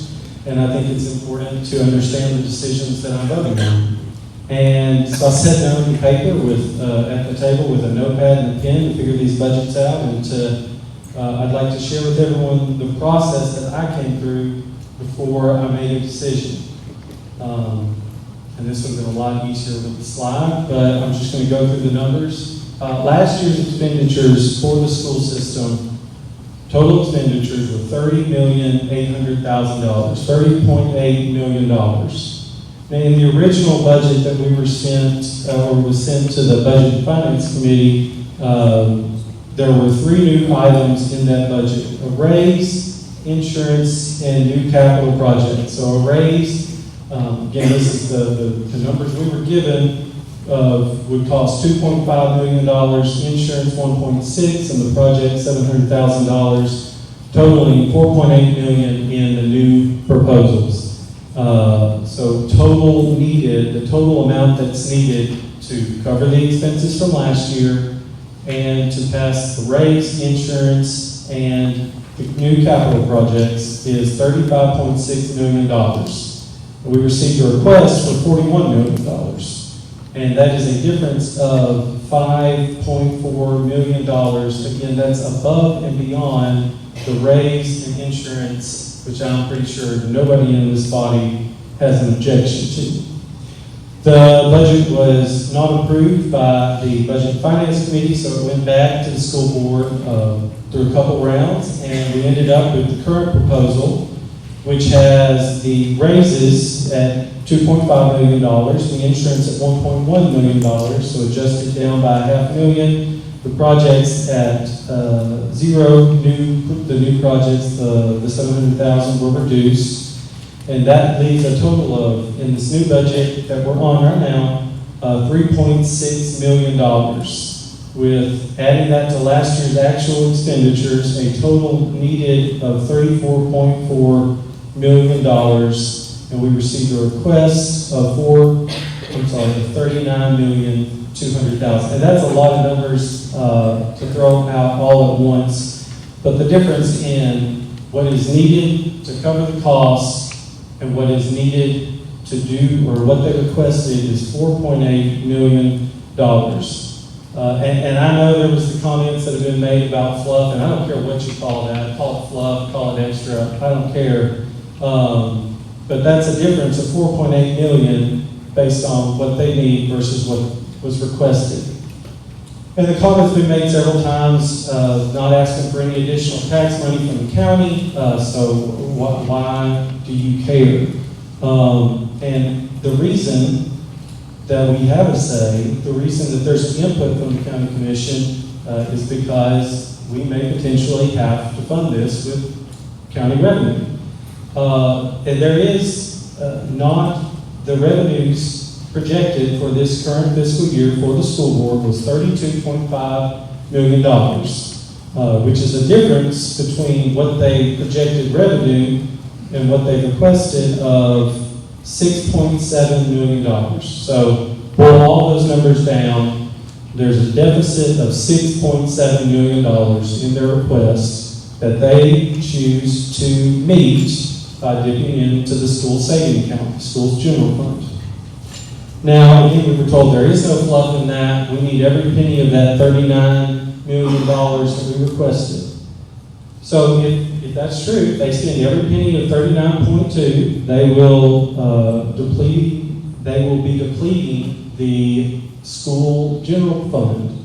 And once they deplete that fund in a couple of years, they'll either be in the very unenvious position of having to come to us and ask for a property tax increase, or they will have to reduce salaries and benefits in order to make ends meet. And it's our job as the county commission to protect the taxpayer. That is, that's what we do. That's our job, and I don't see any way around it other than voting for this budget puts the taxpayers on the hook for a potentially very significant property tax increase in a couple of years when that general fund runs out. And to raise, I did the numbers, to raise $4 million in new revenue, which again barely covers 2/3 of this upcoming year's deficit, would be a 65-cent property tax increase, which is 1/3 of the current rate. So your $1,000 property bill goes to $1,300 or more. So I, again, want to reiterate that I want to see the raises in insurance. I 100% support that, and no one here is against the raises or the insurance. It's those issues that we have, again, beyond what is being requested, beyond the raises in the insurance, that people, that I personally have an issue with, and why I can't vote for this budget despite really liking a lot of what's in it. And that's why, as the chair of the committee that oversees budget amendments, I make the promise tonight that if we get a budget amendment that simply raises pay and does the insurance, that I will work with the mayor, I will work with the chairman of the school board to bypass the committee system, bring that straight to the floor of the county commission, so we can vote on that directly and make sure we get raises and insurance to the people, and I would assume pass it virtually immediately once we get that. That's how much and I'm confident everyone on this body wants to see that happen, but that's not what this budget does, and that's why I can't vote for it. Mr. Chair, I would like to make a motion to amend the motion, pull out the 141 budget separately to be voted on. I think it's disingenuous for us to vote on the entire budget at once when we know that that is the issue that everybody is here for tonight. All right. You got a motion, you got a second, Ken. Okay, I have a motion and a second to amend the group and approve and pull the 141 out. Any questions or discussions on that? Is that the 141 and 143 or Just the 141. Okay.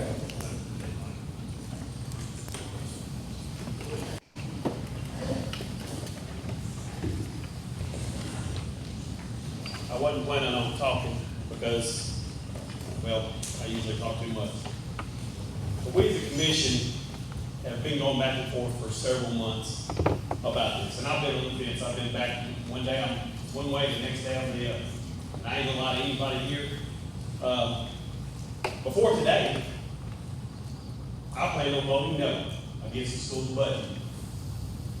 But after we got new financial reports from Daisy, the numbers that was presented, there was one line item specifically, and it's the teacher's pay line item, that was at one point said that to be $1.8, $1.9 million more than a 10% raise. Well, looking at the new information, I believe it was their year-end financial. It's actually $900,000 difference instead of the 1.9 or 1.8. So it's $1 million. $600,000 of that was explained to us multiple times by Ms. Norman, in that it's been there for several years in case they had to hire teachers because of crowding or reductions or whatever, however that state mandate is. $300,000 in a $10 million line item, and I'm not trying to line item the school, but I'm saying we can ask questions about line items, we just can't vote individually on the line items. That's my understanding of it. But $300,000 on a $10 million budget is not flow. That's how I feel. So we need to cut the crap, so to speak, for lack of better words, and take a leap of faith. As a commission, we need to take a leap of faith.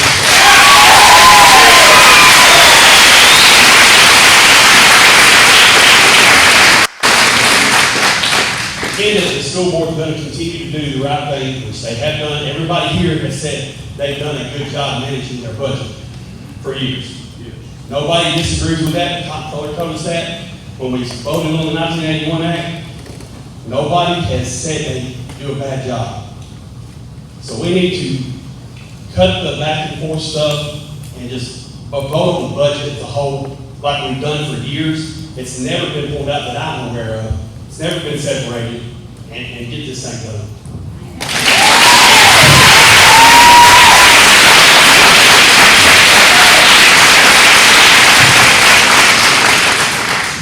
Dan?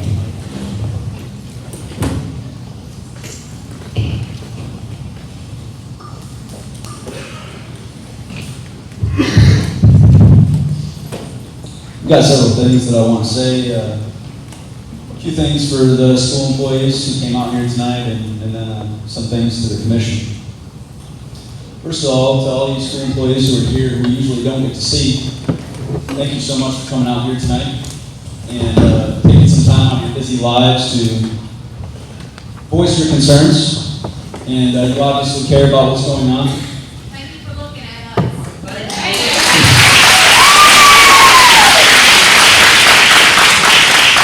So, as some of you school employees may remember, last year, around the time that the 81 Act started to come up in conversation, it floated around, and leading all the way up to the vote, school employees were being told, okay, via school email, school rumors, that if the 81 Act was passed, that it would take away the 12% raises that you got last year. And that didn't happen, and it wasn't true, and we knew it wasn't. But I remember the calls. And the people who were pushing it knew it wasn't true, but they didn't care. They did it anyway because it fed the narrative. And that narrative was they wanted the school employees to put pressure on the county commissioners to vote against the 81 Act. That's what they wanted. I'll tell you something else that's not true. Some of you school employees have been misled, who have here, taken time out of your schedule, to believe that if this school budget doesn't pass tonight, that you aren't getting your raises and your insurance. And that's not true. Okay, you heard me correctly, that's not true. What I'm about to tell you is the most important thing that you're going to hear me say tonight, because I'm trying to help you. If this school budget does not pass tonight, you can easily get your raises and your insurance. And I'll tell you how. All that has to happen is the school board sends over a budget amendment to the county commission for the $2.5 million for the raises and the $1.6 million for the insurance. No other strings attached, just that, so we can get you your raises and insurance ASAP. That's all that has to happen. Now, I can't speak for the other commissioners here, but what I will tell you is, if that happens, I'm ready to vote on that today, all day. Okay? So, that's all that has to happen, all right?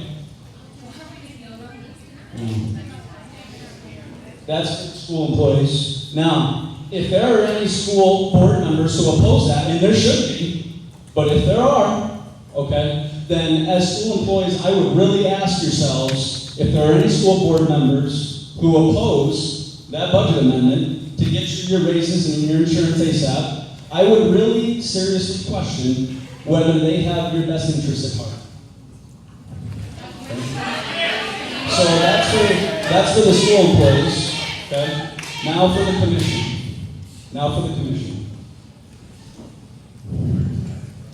I've done a lot of research on past budgets. Okay? And there's a lot of nevers with this school budget that make it unlike anything that this county has ever seen. Okay? Some of those nevers are, there has never been a school budget with this much of a percentage increase, with this much of a fund balance draw in one fiscal year. It's never happened. And when you look at the projections, and the further out you look, the worse they get. Okay? The school, at the rate they're going, if this were to pass, would be out of money heading into the 2026 fiscal year. Another thing that's never happened before, and this isn't specific to this budget, but this is a general rule with the school budgets.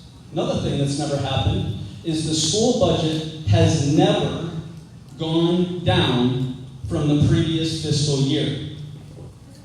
So once, if we vote this through, once that box is open, commissioners, there will never be another county school budget again that's less than $39 to $40 million. There won't be. And you better get ready for the largest tax increase that this county has ever seen.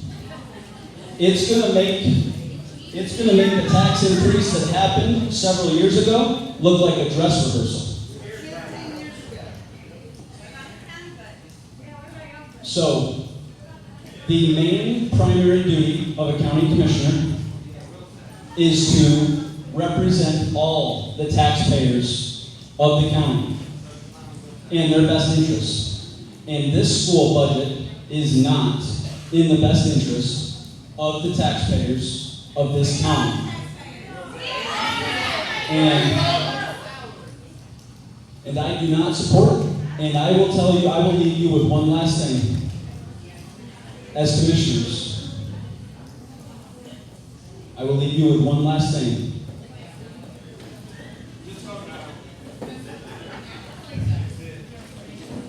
As commissioners, okay, these school employees have been underpaid for years.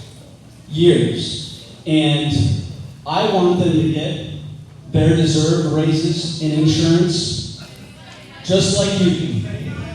But this budget is not it. We can work with their school board members. We can work with their school board members if they're willing, with budget amendments, if their school board members are willing, get them their raises and insurance ASAP that they deserve, and at the same time, do the best thing for the taxpayers of this county.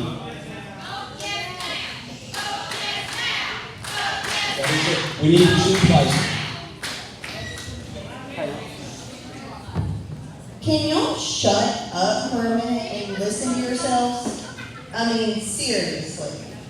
It is a budget.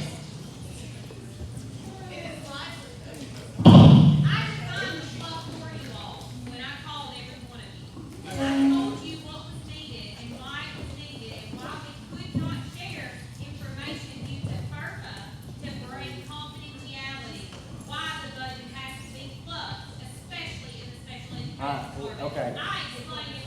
Brandy, public comment's over. I mean, I've got to hold the order. We're in the process of it. I didn't tell her to shut up. I'm saying I need her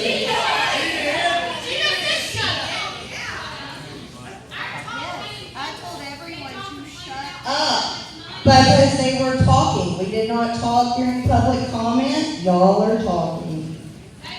So be quiet while we have the mic and extend the same courtesy. Thank you. I don't have to get upset tonight with nobody. I will say this, I've had so many calls today alone, that I had to charge my phone. And I want to thank every one of you back there that did call.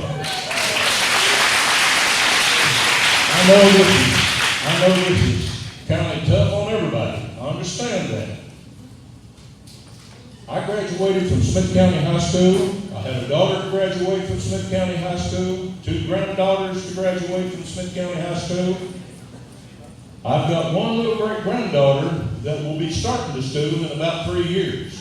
And I want the very dead-level best school system that we can possibly have. And that's why that tonight I'm voting to put this thing over. Yes.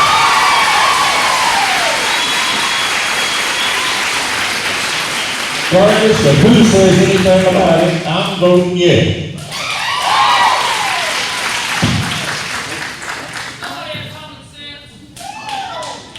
All right. Any other? All right. So we have a motion and a second to amend Danny's motion. Right. All right. The motion is to amend Danny's motion and pull the 141 out. So we need to vote on the amendment to pull the vote out. Jeremy, you have something you want to talk about on this before we get started? Yeah. I guess because I was asked from, well,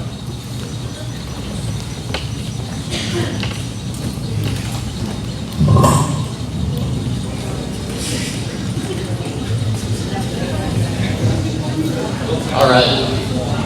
The question was asked about being able to vote on the budget as a whole, and what was alluded to was a conflict of interest. I feel like I need to address that to all of you before you vote on this to amend, because what you will do is potentially trigger that issue, and so I want you to understand it before you vote. And I say understand. There's a little bit of difficulty in understanding in general. There is a statutory conflict of interest for you all as commissioners as far as voting on the budget as a whole. That conflict of interest is clear that it does not affect you, and that even if you are a county employee or a spouse of a county employee, you are free to vote on the budget as a whole. What you're talking about doing is separating it out. I think the last time that was done was back in, well, it's been 6 or 7 years ago. It's happened before, but not in recent years. If you separate it out, the guidance that we have gotten from CTAS, and I say that we've gotten the guidance from CTAS because there's very little guidance from anything else. The statute 55112 that deals with the conflict of interest was amended this past legislative session that changed what the chair has to do after the vote is taken, and that is to ask if there was any conflicts of interest that wasn't addressed during the vote. But it remained the verbiage that required commissioners who have a conflict of interest defined as the commissioner or their spouse, if their salary or benefits would be increased by the vote, would have a statutory conflict of interest, which, unlike a normal abstention, if you have a statutory conflict of interest, that would reduce the total number of votes of the body. So it'd take it from 24 to however many conflicts there were, and that affects your total to create a majority to pass whatever you've got. Now, I have spoken to all that I felt like would have that potential conflict before you came to this meeting. But I was approached this evening before the meeting occurred by my contemporaries with the Board of Education, and we had a discussion about this, and I assured them that I would explain the concerns and leave it up to you. There is some debate as to whether the language in the statute, specific appropriation or resolution, means this pulling out a 141 fund like you're speaking to do. What I can say is that there is no Attorney General's opinion, there is no case law, there is no real clear guidance on that as of yet. I'm sure one day there will be, but as of this moment, the only guidance that we do have is what you all have heard in your CTAS trainings, where they told you all that if a budget is broken out into funds that conflicts could arise. And I've spoken with a number of you to confirm that's what you were told, and that's what I got back from that. I also reached out to our CTAS rep to get an actual written answer on that, and I will give you his response. The law changed that that now the chair has to ask after the vote if anyone had a conflict, but that only happens if the funds are voted on separately. If the funds are voted on all together and there isn't a conflict and the chair doesn't even ask the question, but if funds are voted on separately, then those commissioners who would have a conflict cannot vote. I further clarified because asking about if we could break it out even into departments or any other way to break it out to where that wouldn't occur, and his response was our attorney's opinion is that her fund would create the conflict. I say all that to say that's the guidance from CTAS. There is, to give you the solid answer of what is a conflict to you, if breaking it out into fund is or is not, that's a determination that you have to make as whether you have a conflict because of you, yourself, or your spouse, if this occurs. If this amendment fails and it's voted on as a whole, then this whole discussion here is of no point. You've had to listen to me for 5 minutes for no reason, and I apologize. But I felt like you needed to know what the part of the repercussions that you might be dealing with if you vote to do it this way. I'm afraid to ask. Any questions?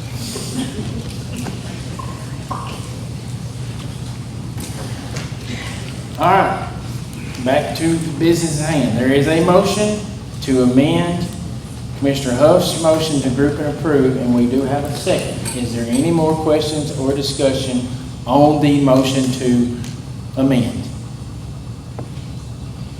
All right, seeing none, roll call, please, Stacy. Now listen, you are, yes,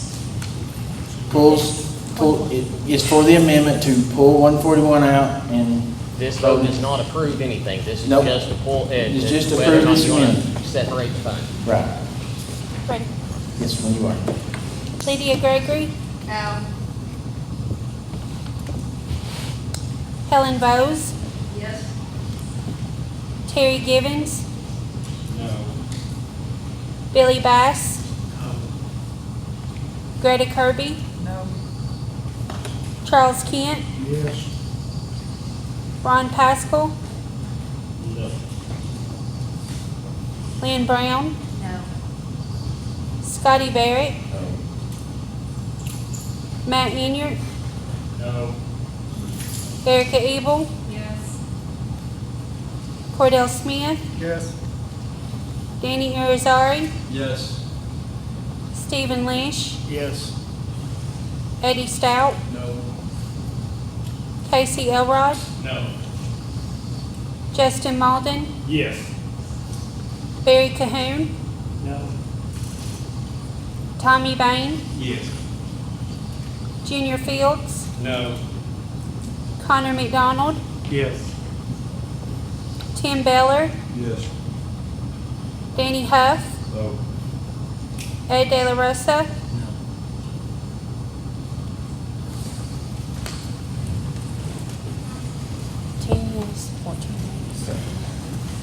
Vote total is 10 yes, 14 no. So that amendment fails.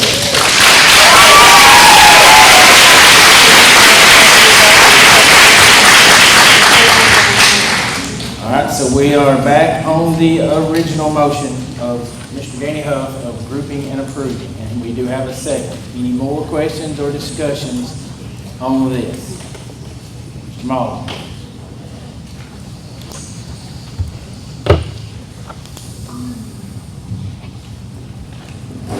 I do want to clarify a couple of things that have been mentioned in the budget so far. Part of the reason our general fund budget looks like it has increased a lot this year is because there's a lot of one-time money in there through ARP grants and through a state grant match for our health department for improvements.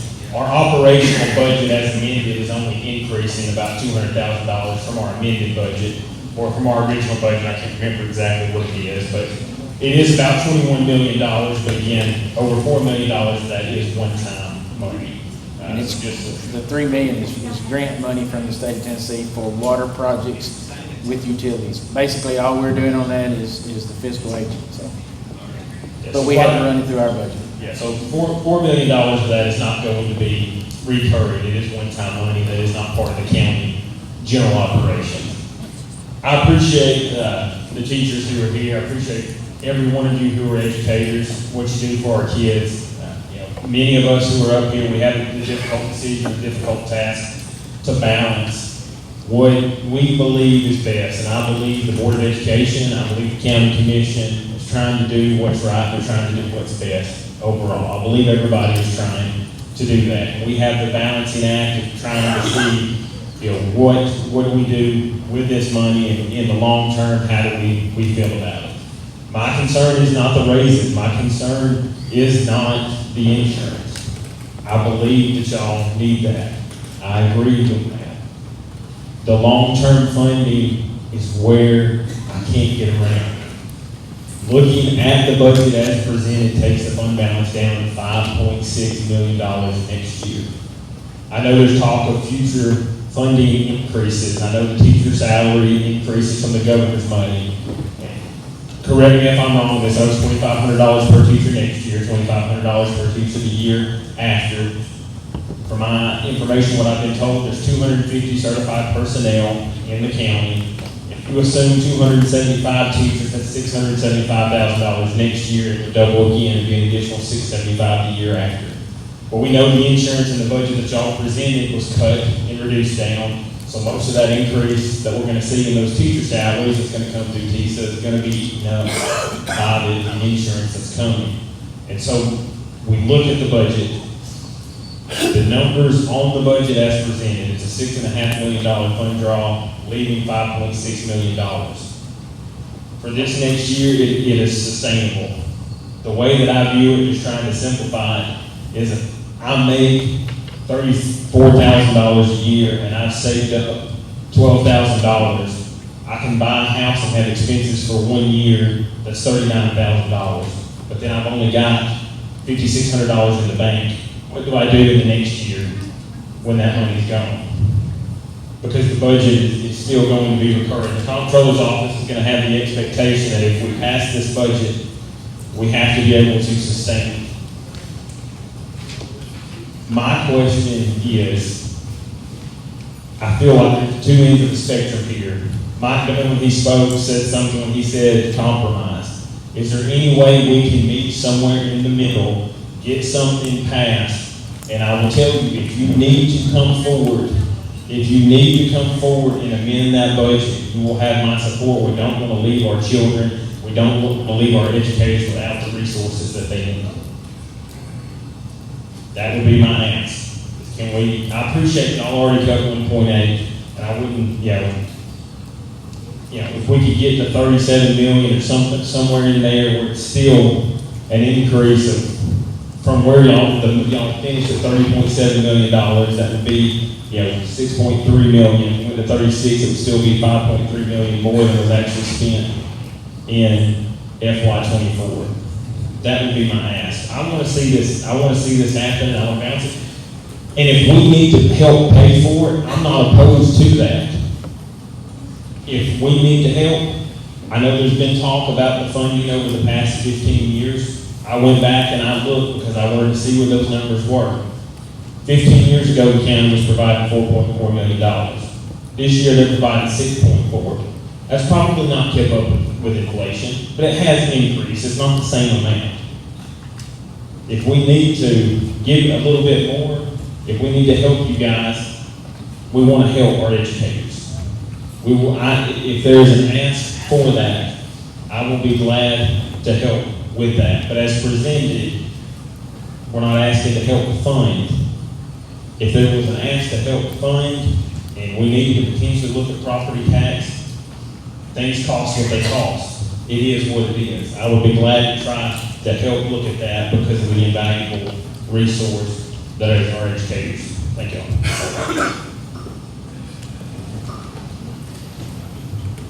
Yes, sir, Mr. Lewis.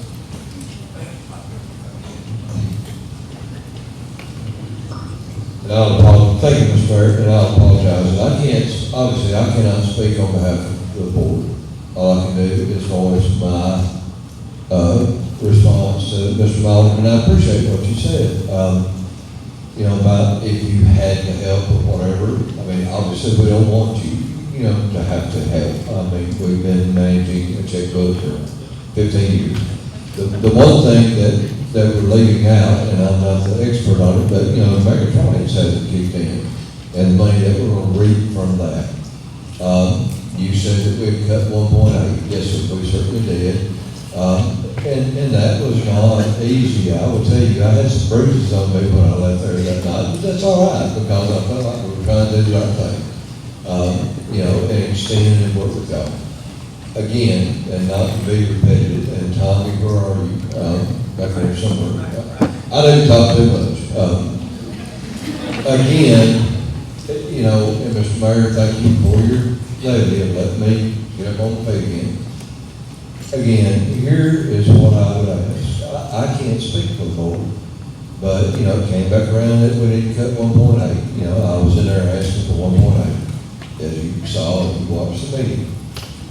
Listen, step up just a little bit with us. We believe that this will work.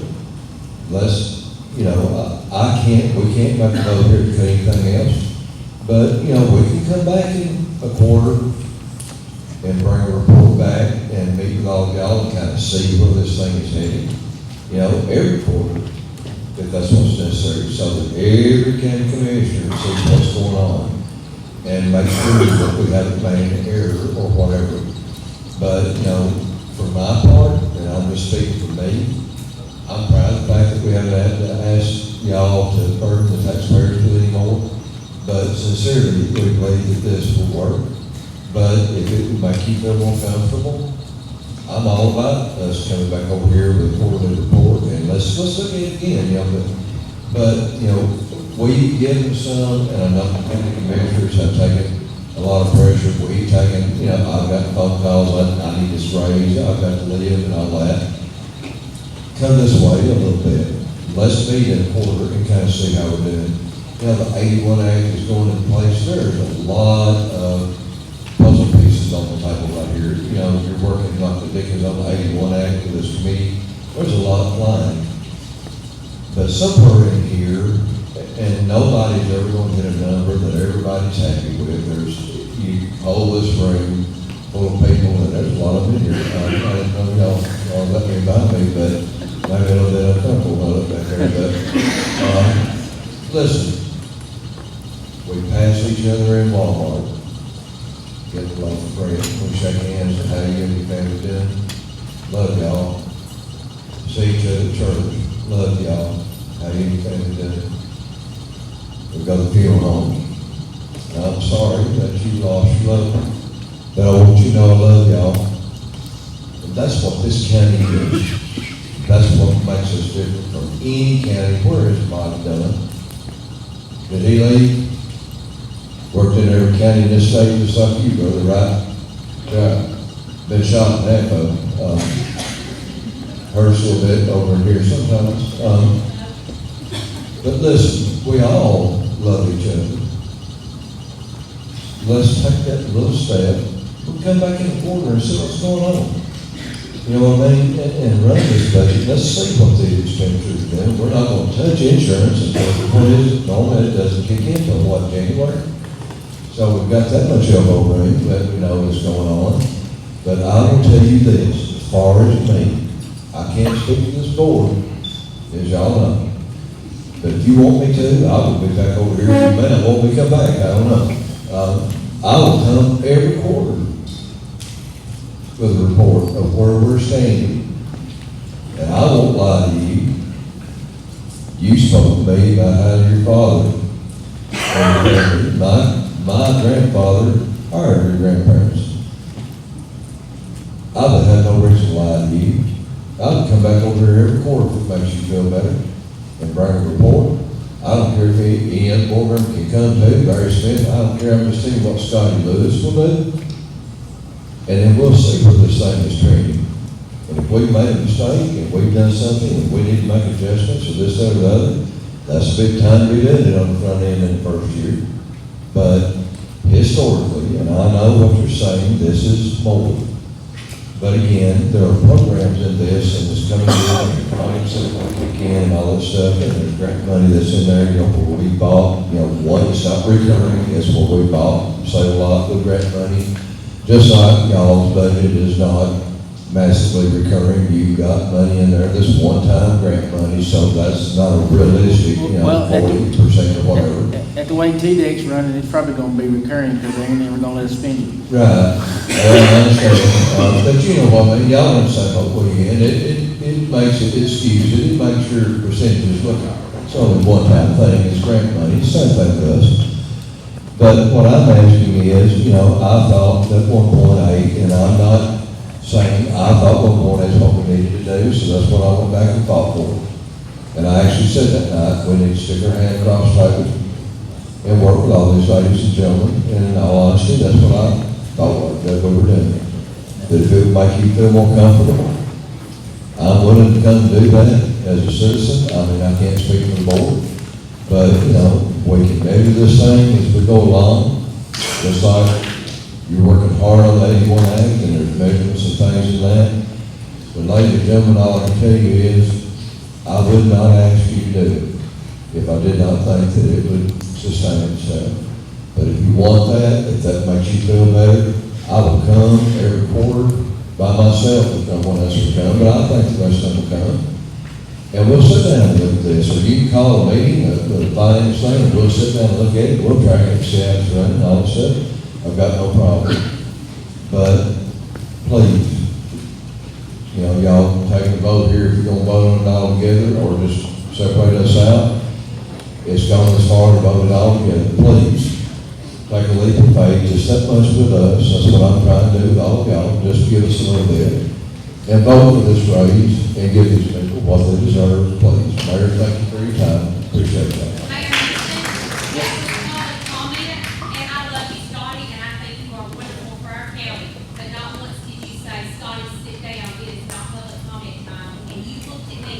I understand that, but he did, in his defense, Justin did ask them to negotiate, and so Mr. Lewis decided to speak. You didn't ask him to sit down, and you did me, and I think that's disrespectful for us. I didn't mean it to be, I didn't mean it to be disrespectful, Ms. Brandy, that's not what I meant to be. That was not what it was meant for, so, okay. All right, any other questions or discussion, Justin? I appreciate that, Scotty. My question is, and this is, I want to understand, okay, I want to understand that I'm hearing sustainability, and as far as the future funding goes, you know, the long term is where my issue is. if you can help me understand, I know the governor's raises, I know how that's calculated, the other funding, because again, it's 6.5 million short.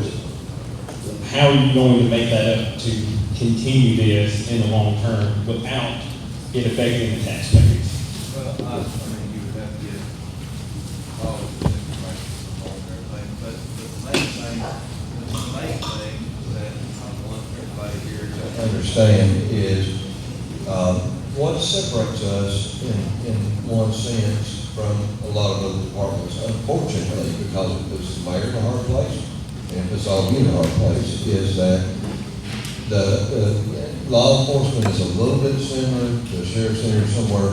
You know, there's some grant money out there that law enforcement can get, you know, and things like that the county government just cannot get. Our funding sources are kind of like numerous creeks running into a river. This one may trickle a little less this year, but this one right here historically has always picked back up. If you look back over the last 15 years, it's never changed. Now, mechatronics, Barry Smith is the brains behind that. You know, we've got this building down there, but that kicks in, there's going to be a tremendous flow of money. But, you know, we're just starting work on that. That's his budget, to get going and all that stuff. So, again, take that little step with us. We can meet every quarter. I'll meet with you every month, if that's what it takes. You and I'll sit down every month. I'll get them to generate a report. And I'll sit down every month. And, Connor, if it makes you feel better, the mayor, we'll sit down every month somewhere and have a cup of coffee and look at this thing and track the steps going. I'm glad to. Let's, you know, y'all voted to vote on the entire budget as a whole. Please just let these people have their pay and their insurance. And then whatever you ask Scotty to come and do and bring to you and paperwork and everything else, I promise you, if you keep me up at midnight every night, I will be there with it. But please, let's just please. And then, and we're going to. There's people. And the meetings that we've had, that's been perfect every time. We've had to adjust and change. True. Yeah, that's true. And it's in everyone's budget. I mean, I don't have all tell us where we get all these funds. If I did, I'd show the mayor and I'd show all of them, I'll be rich and we wouldn't have to worry about this. Take that little lake with us. We'll track it first quarter, second quarter, it's going. And anything that you want me to do, I'm willing to work on it with you, okay? I mean, that's all I can tell you, but just please, don't take this paper.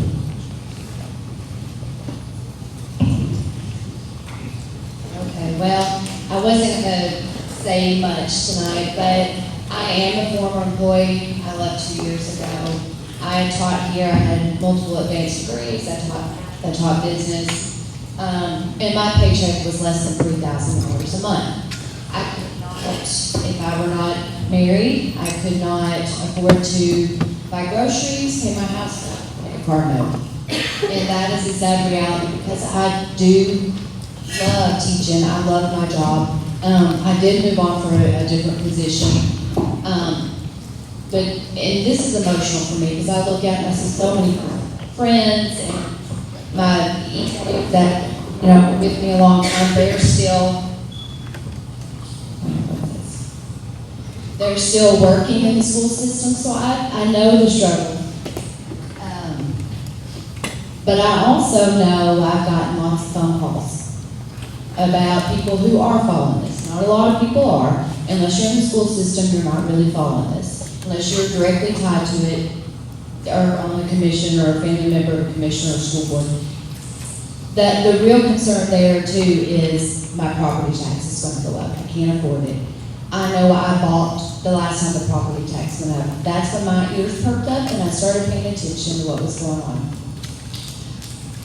So my question, Ms. Norma, if you have you could indulge us for just a minute, is this sustainable?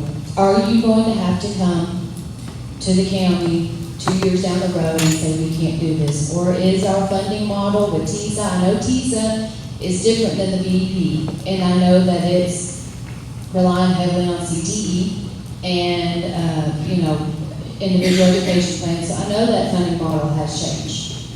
has it changed enough that you're gonna be able to continue providing this, sustaining a $40 million budget? We think so, yes, but I cannot give you exact projections. I can't do that because the legislature sets the rates each year. Okay, so I'm trying to ask because I've been watching the school board meetings. I have not gone to as many as I like, but I have kids that are into everything and I work, just like everybody else does. But I have been watching the meetings, and so, that is a real concern, is being able to sustain that. And,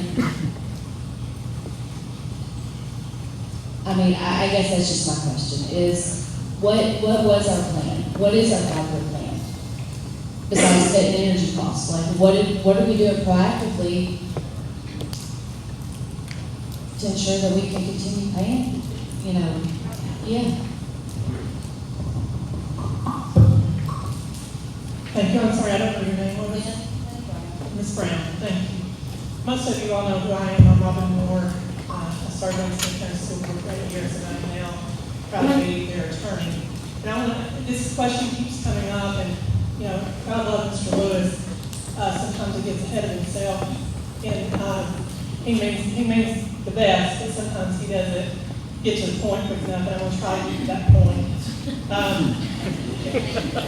So, Mr. Mullen, as far as Ms. Brown, the sustainability is a huge question. It's something that the Board of Education has considered.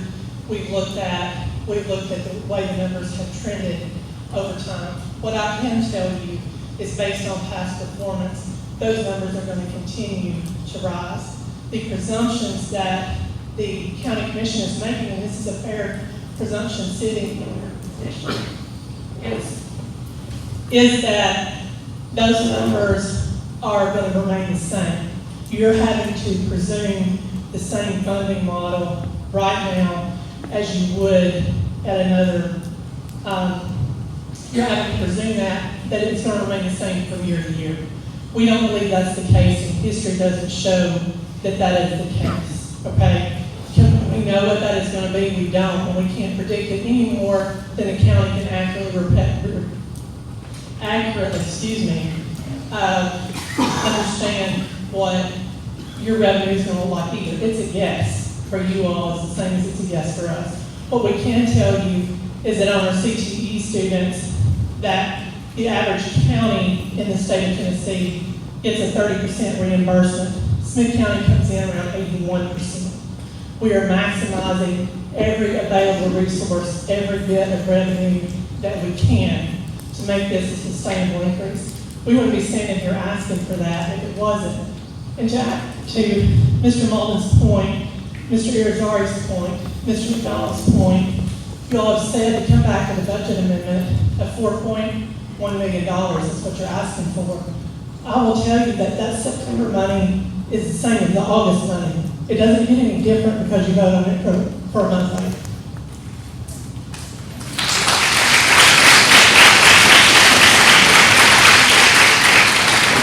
I do want to clarify, I was asking to meet in the middle on the budget, not necessarily, income of the amendment is needed. We can't vote again on the budget. We're done. And that's by statute. It's not because we don't want to work with you, but we're done. If for whatever reason the funding doesn't go the way it's anticipated, because there seems to be some uncertainty because we don't know what's going to happen. If you need additional funding and we have to do that through property tax, will you support us on that?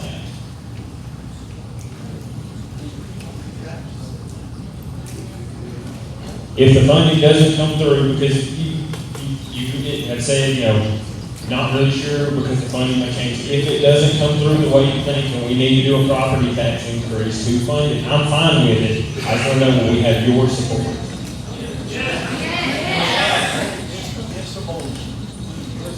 Just vote.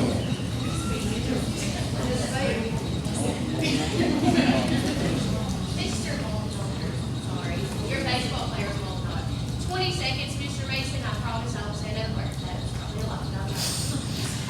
My question is, I keep Baker English at Chicago Middle School. I work Right. with amazing people.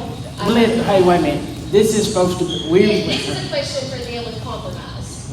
So if I was aware, we had an open board meeting to where all of the commissioners were invited to come to the school board, and they opened up and had 3 questions, and they could ask, and I believe I talked to Mr. Lynch yesterday, he was there, and like 2 or 3 other people. You want to compromise now, but where were you a month or 2 ago when they would have that board meeting for you to come and compromise? That was my question.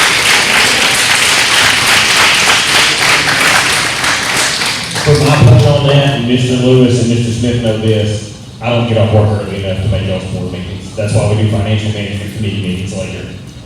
I'm just not able to make them. Brandy, since I let that happen, would you like to speak? I don't. I would love to. Thank you, Mr. Mason. I think that a lot of times it is a misconception, and I know, and I told all you board members this when I called most of you that I got through to, that I know that you support our raises, and I know that you support my parents getting insurance. I know that you want that for us, okay? However, there are things that you do not understand about a school system budget that we can't exactly explain to you because of privacy reasons, okay? We have things that happen in our classrooms, specifically in the special education department, that we aren't allowed to just say, I need this much money for this kid because of this reason. We have to have that money there just in case that you're saying, I don't need just in case money, but I do, because I can tell you someone in a classroom in Smith County in special education needs $100,000 because of just in case. And I know that the budget for contracts was increased. I think somebody I talked to today was telling, I think, told me that it was increased by $300,000. Well, I know $100,000. I know where that's going, but I can't tell you where that's going because that would break purpose. Okay? My parents deserve so much, and again, I know you know that, okay? But there's so much more that you are calling fluff that you don't understand. That's all I want to say. Thank you. Thank you,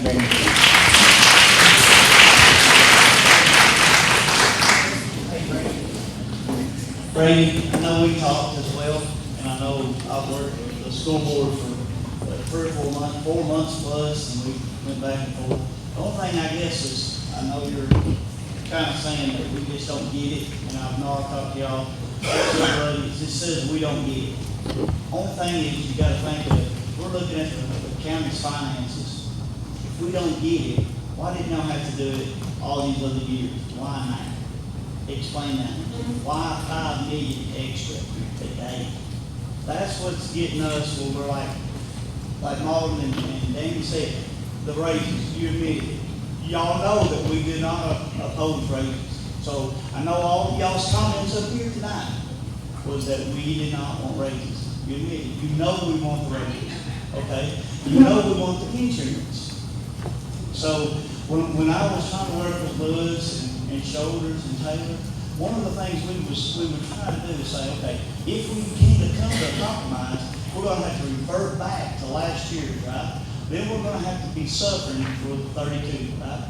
So let's just compromise and find whatever that is, raises, whatever meets that y'all's most important. And I know it seems like it's the insurance and the raises. We couldn't do that over 4 months period. We went back and forth. And I get what you're saying. I know what you're saying there, that we don't get why that. But is it $5 million this year versus last year? No, something is not right. I don't know what it is. And I wish if y'all could tell me what it is, I would love to pinpoint it. What about your household budget? It don't go up no $5 million. But Susan, we're looking at you, an individual person, in your budget, based on a school system in their entire. I know that. But proof's in the pudding, right? It always comes down to, if it went from, I've got it in my record, and I'll find it if you want to meet me afterwards, where I've done the research. Many hours of research. If you go back to 2019 to 2020 budget, and 2020 to 2021, and you start looking at all these budgets, it always went up a couple grand. And my numbers, the day that Norma brought them in there, I assume it didn't take a math, I'm not a math genius, and I know probably 100 of y'all are. But it didn't take me but about 3 minutes to go, it should be a $35.5 million budget. Now, is there other things in there that I don't know, like what you're saying, 100 grand? Maybe. But I know there was 5 million somewhere. I don't know where it's at. And that's where us country boys, I'm here, I call it fluff. And just me, it was protection for y'all, and I get it. It was protection. We went 81, y'all wanted protection, so y'all started a line item and putting 200,000 here and 300,000 there, 200,000 there. That was my opinion, and the reason me and Lewis and a few of us tried to work together was to see, could we get some of them down? And they did. They did. They took that one. Was it one line item y'all took, or was it over across? It was across. And I wouldn't know, like I've talked to Robin about it before, I wouldn't know where those things are. But it don't take a genius to know that there's something added, and it might be just for protection. But we were trying to get to, let's get a budget passed, let's get those promises of, what do y'all call it, PISA, something? I'm not smart like that. But let's let them things roll in, like Norman said. We can't promise you that it'll be here at the end of the year. But what if we ran on last year, or what if we let it roll in and then say, now let's spend it? I don't know, is that, I think me and you talked about that, but I know the school works on a promissory on that side.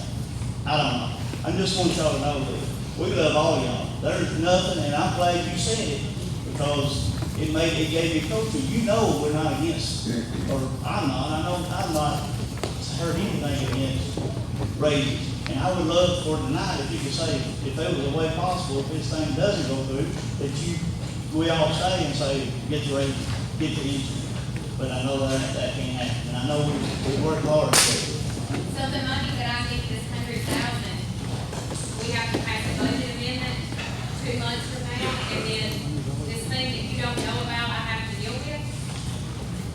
So, I mean, and I can't express that, because of confidentiality, and I can't, like, you just don't get that. And plus, Ms. Wyndham, I know it was one of her salaries that was posted, that said that she made some of the top earning person in the county, and she's working an 11-month contract in the summer, and the one that's writing off the grants that we and Mr. Ben Johnson, he's been writing a bunch of grants, that gave us the surplus that we collectively need. And it's our money. And we just want to spend. And I get that, and I get that we don't understand some of that, or I don't even know how fast that can come to. I do understand that y'all are afraid it ain't gonna come fast enough, so you gotta build it in. So, I don't even know how. Thank you. Mayor, I call a question. Question has been called.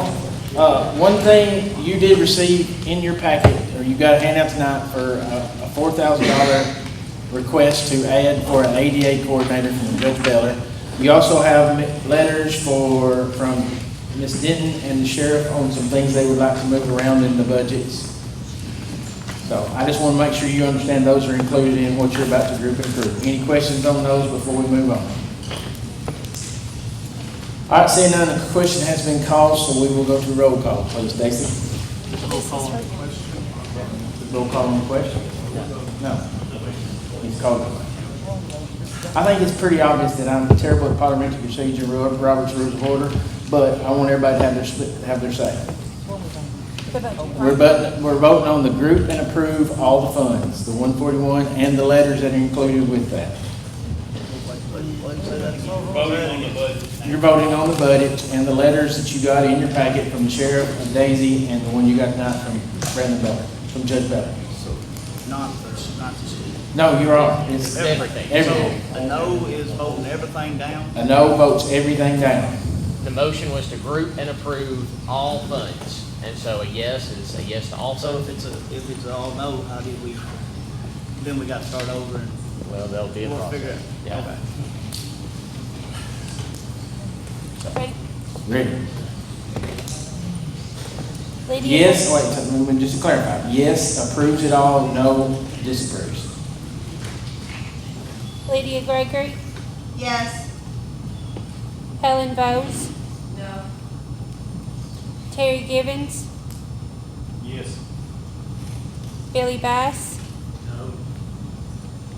Greta Kirby, No. Charles Kent, No. Ron Pascal, Yes. Lynn Brown, Yes. Scotty Barrett, Matt Inyard, Yes.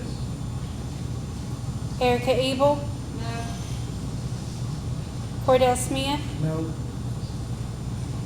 Danny Irizarry, No. Stephen Leish, No. Eddie Stout, Yes. Casey Elrod, Yes.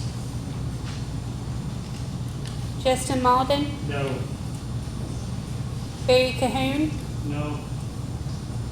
Tommy Bain, No. Junior Fields, Yes. Connor McDonald, No. Tim Beller, No. Danny Huff, Yes. Ed De La Rosa,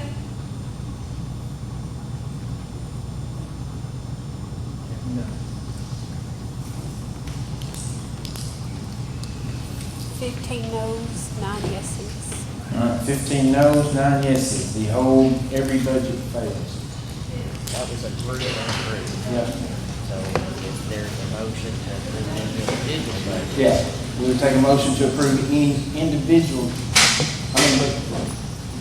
it's done been voted down. But I don't want- that was at three and a All right, three. we'll take a motion to approve them individually. Well, the motion was approved and approved. Right. Voted down as a whole. Motion to vote on each budget separately. Well, see, it's already been For the voted down. general fund and then. It's already been voted down. I really don't want, I mean, I don't know. We'll come back and vote again some other time. I mean, to be fair, that's, I mean, they were rejected, so everybody goes back to work, or everybody goes back to continuing budget from September to last year, correct? Have we checked on our side? We only have. Yeah, we're on the same line, okay. We're already on a continuing budget, and that's what we'll maintain. We need to pass. Okay, in September, we would pass it, unless somebody,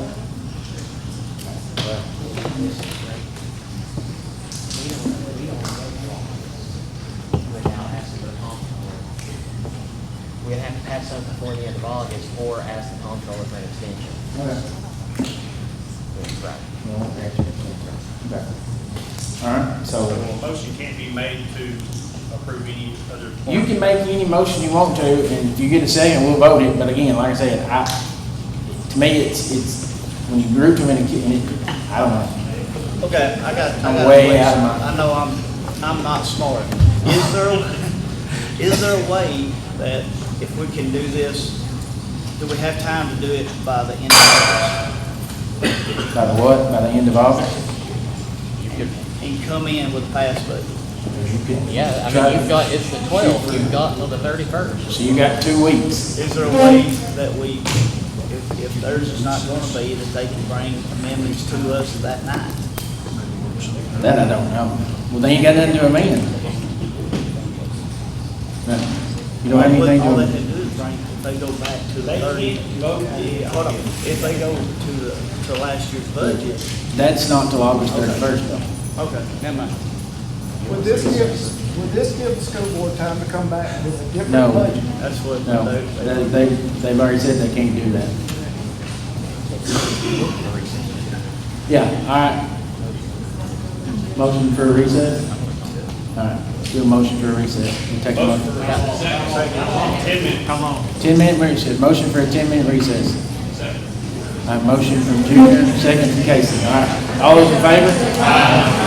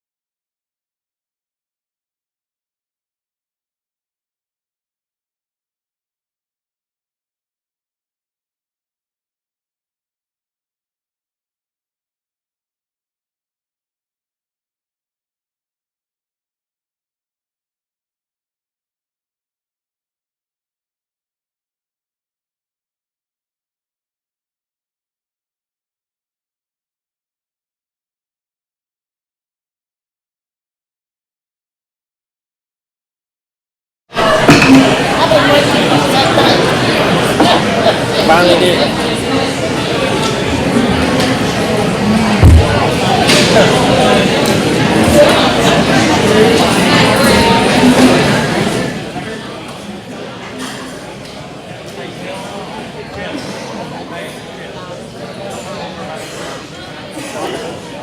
Yeah, hey, they're probably gonna make motions to pull every fund out and vote on it individually. So you got enough sheets for that? No, but I'll look at it.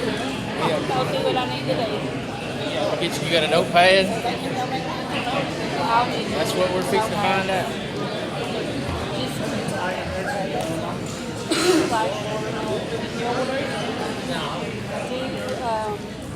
We do too.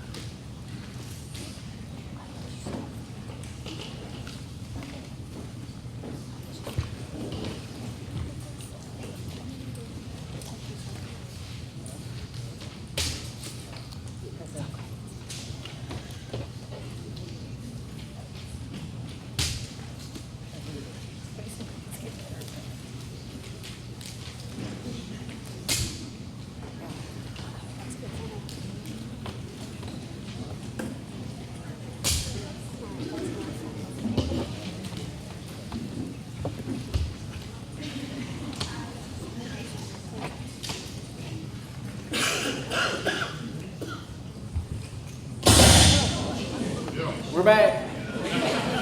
All right, I take a motion to go back into session. Motion Casey, second Matt. All right, we're back in session. We did discuss with called CTAS. All right, so we have to pass budgets on our side tonight, either a continuing budget or the presented budget, correct?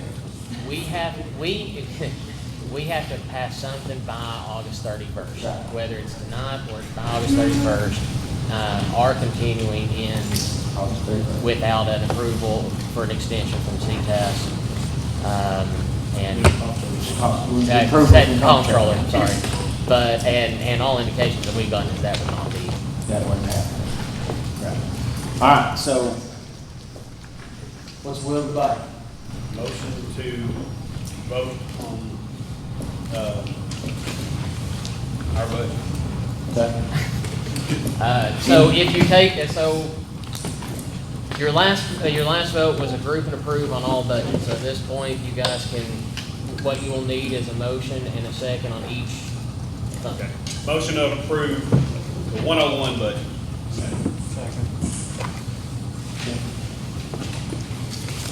All right, I have a motion and a second to approve the 101. Any questions or discussions on that?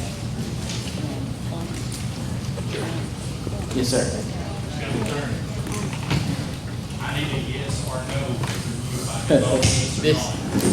Well, we're back to that same thing.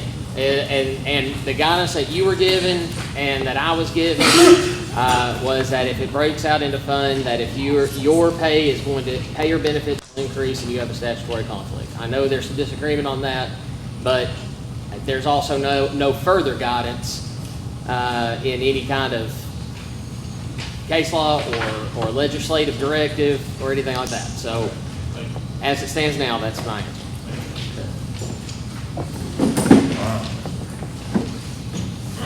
Or am I bound by that? I think so, yes, so can he make that motion? It says I can vote. I cannot vote because of the conflict, but it didn't say anything about making a motion. Okay, yeah, just double check it. I would feel more comfortable with somebody else. I think you got if you withdraw your motion. I'll make withdraw your motion. I withdraw my motion. Okay. I'll make a motion for 101. I have a motion, Matt, on 101 approval and a second from Casey. All right, we got that took care of. Any questions or discussions? Yeah, Yes, sir. the only thing we're not voting on right now is the school. right? No, we are voting on the 101 general fund, which is the mayor's budget, county buildings, sheriff's department, So at this point, you're going through, Each fund by individual fund. The only way you can bring up the group and approve again is if somebody who voted no to it the first time Voted, yeah. made the motion to reconsider it. And I've not seen that motion. So at this point, you've got a motion, a second on the table to go with 101, and you'll have to do that with each fund moving through. All right. Motion and a second on 101. Any other questions or discussions? All right, seeing none, roll call, please, Stacy. Give me just a minute. Okay. Yeah.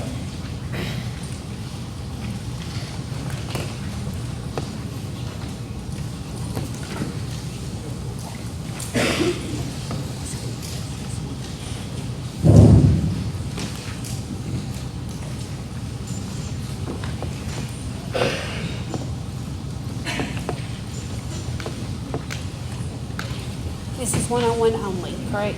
Correct. Lydia Gregory? Yes. Helen Bowes? Yes. Terry Givens?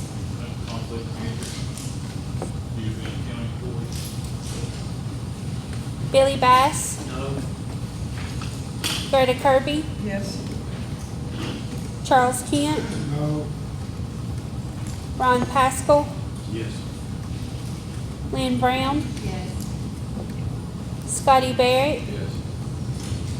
Matt Inyard? Yes. Erica Ebel? Yes. Cordell Smith? Yes. Danny Irizarry? Yes. Stephen Lish? Yes. Eddie Stout? Yes. Casey Elrod? Yes. Justin Malden? No. Barry Cahoon? Yes. Tommy Bain? Yes. Junior Fields? Conflict of interest of county employee. Connor McDonald? Yes. Tim Beller? Yes.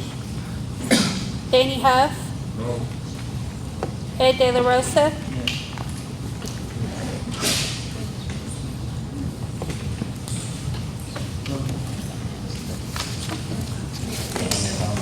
18 yeses. Well, wait a minute. All right. The rolls have been called and members' presence have answered. At this time, I will entertain any initial allegations of conflicts. The vote total of 2 commissioners who declare. Attorney can answer this as being chairman of the senior board. But conflict. There's no pay involved. Chairman of the Senior Citizen Board. You don't receive any income or any benefits? All right, any others? So the vote included a total of 2 commissioners who declared a statutory conflict, which means that total yes votes needed for this motion to pass is 11. Then the votes were 12, you're right, sorry. Math. 12. And it was, what did you say? 18 yeses. 18 yeses. 2 noes. No, 4 noes. No, 4 noes, I'm sorry. 4 noes and 2 abstains. The motion passes. All right. What's the will of the body? Motion to approve Fund 122. Second. All right, I have a motion and a second to approve Fund 122. Any questions or discussions? How's that vote go? Is that a conflict? No conflict. 127. It's only if by it that you receive an increase in pay or benefit. So that would just be the 101. Correct. Just double check. That's the drug fund. 122 is the drug fund. All right, any other questions or discussion? All right, seeing none, roll call please, Stacy. Lydia Gregory? Yes. Helen Bowes? Yes. Terry Givens? Yes. Billy Bass? Yes. Greta Kirby, Yes. Charles Kent, Yes. Ron Pascal, Yes. Lynn Brown, Yes. Scotty Barrett, Yes. Matt Inyard, Yes. Erica Ebel, Cordell Smith, Yes. Danny Irizarry, Yes. Stephen Leish, Yes. Eddie Stout, Yes. Casey Elrod, Yes. Justin Malden, Yes. Barry Cahoon, Yes. Tommy Vane, Yes. Junior Fields, Yes. Connor McDonald, Yes. Tim Beller, Yes. Danny Huff, Ed De La Rosa, Yes.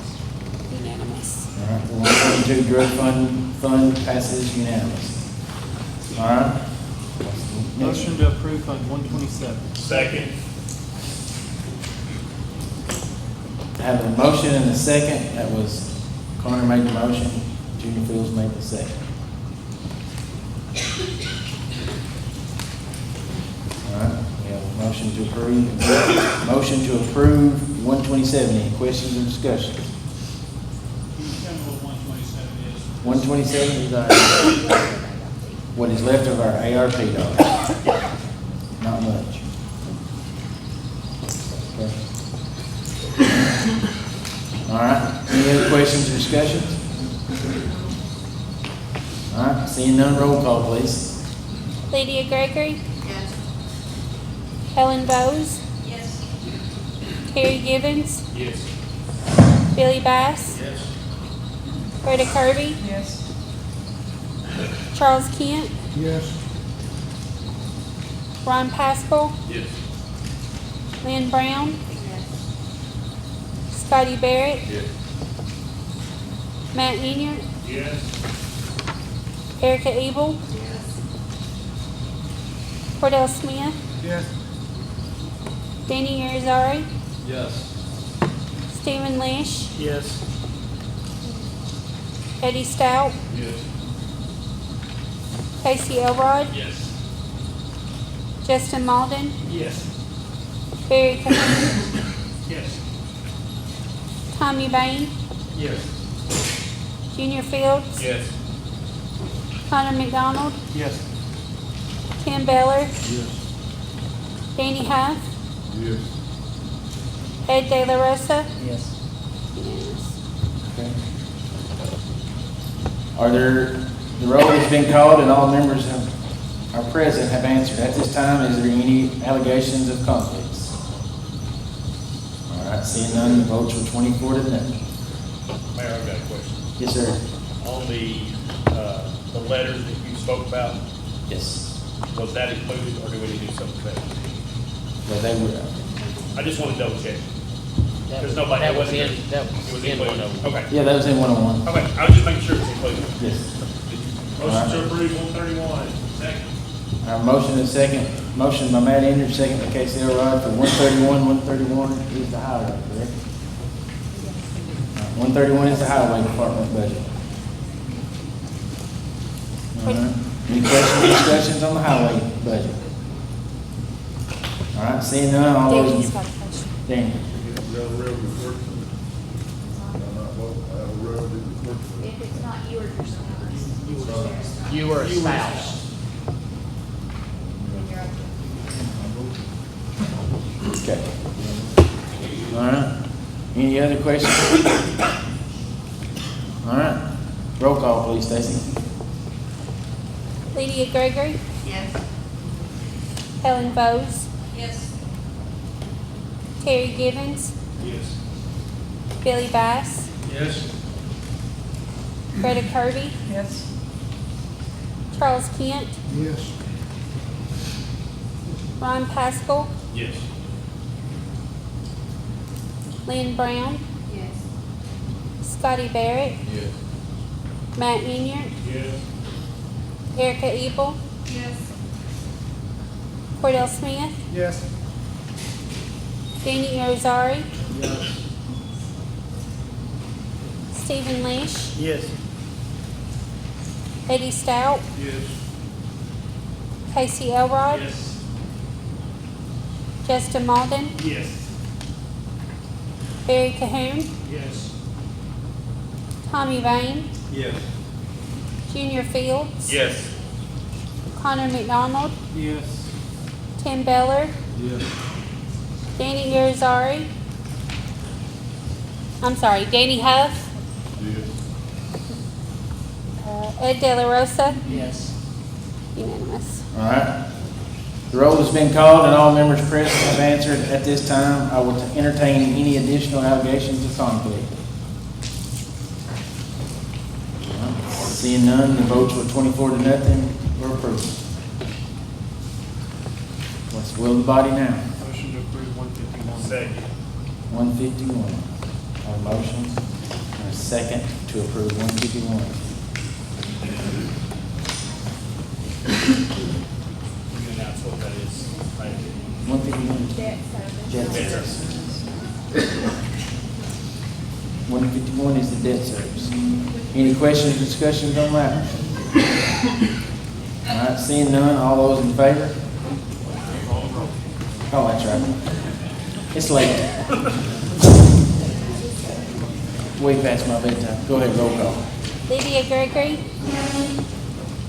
Helen Bowes, Terry Gibbons, Yes. Billy Bass, Yes. Greta Kirby, Yes. Charles Kent, Yes. Ron Paschal, Yes. Lynn Brown, Scotty Barrett, Matt Unier, Erica Ebel, Cordell Smith, Yes. Danny Irizarry, Yes. Stephen Leish, Yes. Eddie Stout, Yes. Casey Elrod, Yes. Justin Malden, Yes. Barry Cahoon, Yes. Tommy Vane, Yes. Junior Fields, Yes. Connor McDonald, Yes. Tim Beller, Danny Huff, Yes. Ed De La Rosa, Yes. unanimous. All right. That was 141. The roll has been called and all members present have answered. At this time, I will entertain any additional allegations of conflicts.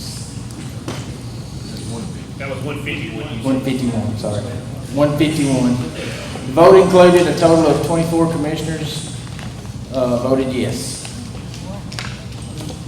All right, next is 156. Motion approved. Motion to approve Junior, second Connor. All right, that is the school debt. There's no debt in it, no money goes in, no money goes out. All right. Yes, it has money in it. What are you about to know? 156. It has $151,000 in it? Yeah. All right. I have a motion and a second on Fund 156. Any other questions or discussion? Seeing none, I will ask for a roll call, please. Lydia Gregory, Yes. Helen Bowes, Yes. Terry Gibbons, Yes. Billy Bass, Yes. Greta Kirby, Yes. Charles Kent, Yes. Ron Paschal, Yes. Lynn Brown, Scotty Barrett, Matt Unier, Yes. Erica Ebel, Cordell Smith, Yes. Danny Irizarry, Yes. Stephen Leish, Yes. Eddie Stout, Casey Elrod, Yes. Justin Malden, Yes. Barry Cahoon, Yes. Tommy Vane, Yes. Junior Fields, Yes. Connor McDonald, Yes. Tim Beller, Yes. Danny Huff, Yes. Ed De La Rosa, Yes. unanimous. The roll has been called and all members present have answered. At this time, I will entertain any additional allegations of conflict. Seeing none, the votes were 24-0, passage. Motion to approve Fund 171. Second. All right, have a motion to approve Fund 171. Any questions or discussion? What is that? General capital projects. Project, okay. All right, capital projects. Any questions or discussions on it? All right, seeing none, roll call, please. Lydia Gregory, Yes. Helen Bowes, Yes. Terry Givens, Yes. Billy Bass, Yes. Greta Kirby, Yes. Charles Kent, Yes. Ron Pascal, Yes. Lynn Brown, Yes. Scotty Barrett, Yes. Matt Inyard, Yes. Erica Evil, Yes. Cordell Smith, Yes. Danny Irizarry, Yes. Stephen Leish, Yes. Eddie Stout, Yes. Casey Elrod, Yes. Justin Malden, Yes. Barry Cahoon, Yes. Tommy Bain, Yes. Junior Fields, Yes. Connor McDonald, Yes. Tim Beller, Yes. Danny Huff, Ed De La Rosa, Yes. unanimous. Okay, that motion passes. The vote total, the roll has been called and all members present have answered. At this time, I will entertain any additional conflicts of allegations of conflicts. All right, seeing none, the vote passed 24-0. Motion to approve Fund 176, Highway Capital Project. All right, I have a motion to approve Fund 176. Any questions or discussions on it? Seeing none, roll call, please. Lydia Gregory, Yes. Helen Bowes, Yes. Terry Givens, Yes. Billy Bass, Yes. Greta Kirby, Yes. Charles Kent, Yes. Ron Pascal, Yes. Lynn Brown, Yes. Scotty Barrett, Yes. Matt Inyard, Yes. Erica Evil, Yes. Cordell Smith, Yes. Danny Irizarry, Yes. Stephen Leish, Yes. Eddie Stout, Yes. Casey Elrod, Yes. Justin Malden, Yes. Barry Cahoon, Yes. Tommy Bain, Yes. Junior Fields, Yes. Connor McDonald, Yes. Tim Beller, Yes. Danny Huff, Ed De La Rosa, Yes. 24. All right, the roll has been called and all members present have answered. At this time, I will entertain any additional allegations of conflicts. All right, that vote total passed 24-0. Motion to approve Fund 191. Second.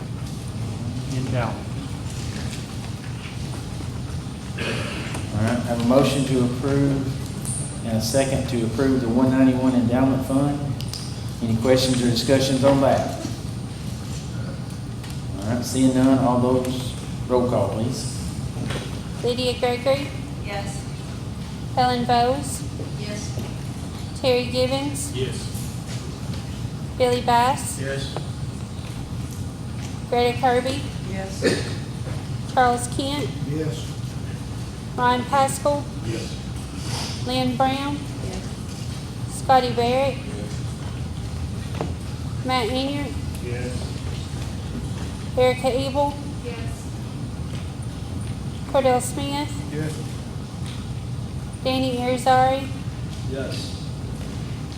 Stephen Leish, Yes. Eddie Stout, Yes. Casey Elrod, Yes. Justin Malden, Yes. Barry Cahoon, Yes. Tommy Bain, Yes. Junior Fields, Yes. Connor McDonald, Yes.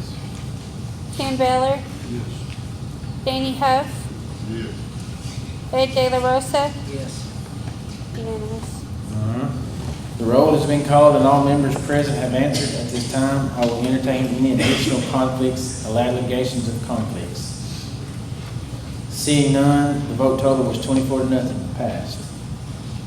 Motion to approve Fund 207, solid waste. Second. I have a motion and a second to approve. Is that 330, is that the one that Johnny got, is that our lease in there for that new equipment that he talked about? Which piece of equipment? I don't know, remember if he come to, That is where a lease will be paid for. Yes, we do have a couple of lists. is that the new one? Okay. No, yes, no, we don't have a new one right now. This is continuing its own. What we already have. Isn't there one that he requested though in budget? That was to pay a lease, that was to buy the, that was So last it's in year. here, No, that was in the last one. Okay. But we do have ongoing lease back.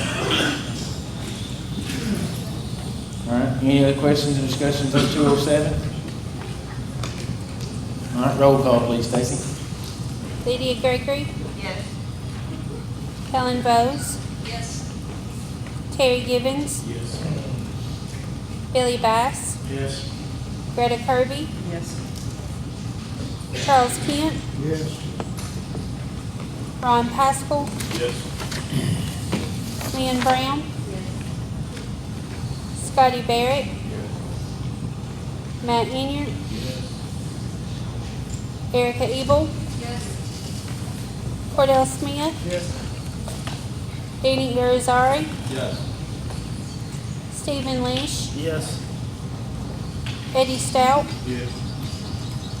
Casey Elrod. Yes. Justin Malden. Yes. Barry Cahoon. Yes. Tommy Bain. Yes. Junior Fields. Yes. Connor McDonald. Yes. Tim Beller. Yes. Danny Huff. Yes. Ed De La Rosa. Yes. Unanimous. Are there any additional conflicts or allegations of conflicts? All right, seeing none, that vote was 24-0 as well.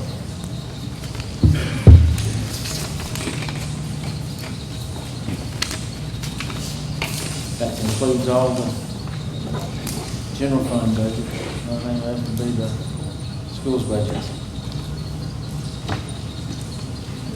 I think as it said, we have to vote on it, so I'll make the motion to approve it. We can vote on it. Yes. 141, sorry. 141.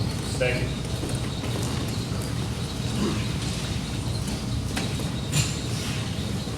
We have to call for 142.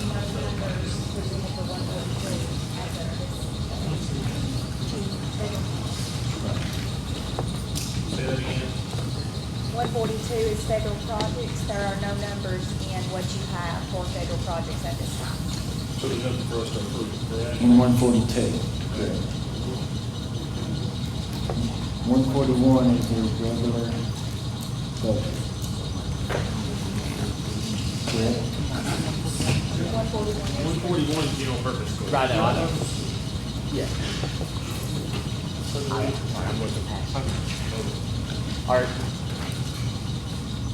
Are we I'm Mr. Cagle, is that appropriate, or is that correct? There are no, the 142, there's nothing in here to be considered? Okay. Mayor, with your permission? Yes, sir. The council, that's correct. There's nothing, 141 is general purpose school, 142 is federal program, there's nothing there. 143 is the school cafeteria. Correct. Okay. All right. Have a motion on 141. Motion and a second. Who? Second. It's Matt. Junior second. So I have a motion by Connor and a second by Matt on 141. Any questions or discussions on the 141 general purpose school budget? All right. Seeing none. Roll call, please. A question for Pastor. On items within the school's budget that there might be a conflict it's only the ones that don't have a salary included?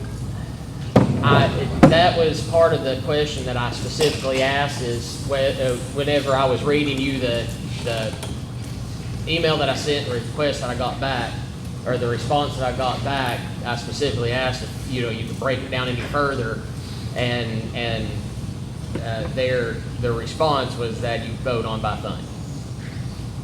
And that it's still, and that the conflict would still be maintained. His words were that wouldn't be a workaround.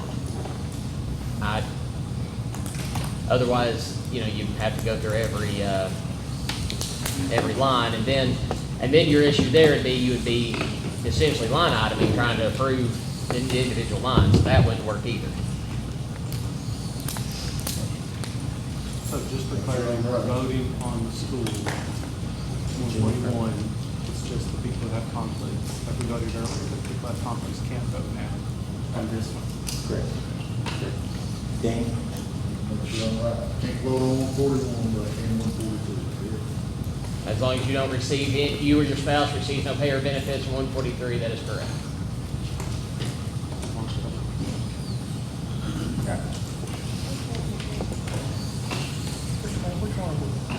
General purpose school budget. 141. Yes. Any other questions or discussions? All right, seeing none, roll call, please, Stacy. Lydia Gregory, Yes. Helen Bowes, No. Terry Gibbons, Statutory conflict of interest. Billy Bass, Yes. Greta Kirby, No. Charles Kent, No. Ron Pascal, Yes. Lynn Brown, Yes. Scotty Barrett, No.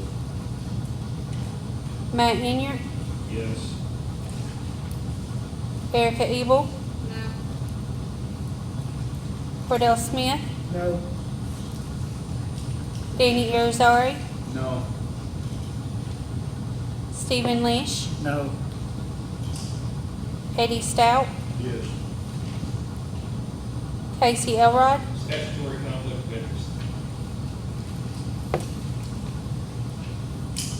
Justin Malden, No. Barry Cahoon, No. Tommy Vane, No. Junior Fields, Yes. Connor McDonald, No. Tim Beller, No. Danny Huff,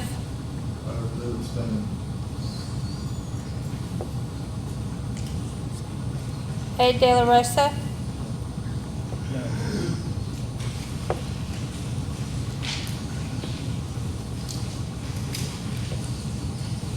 All right. The roll has been called and all members present have answered. At this time, I will entertain any additional allegations of conflict.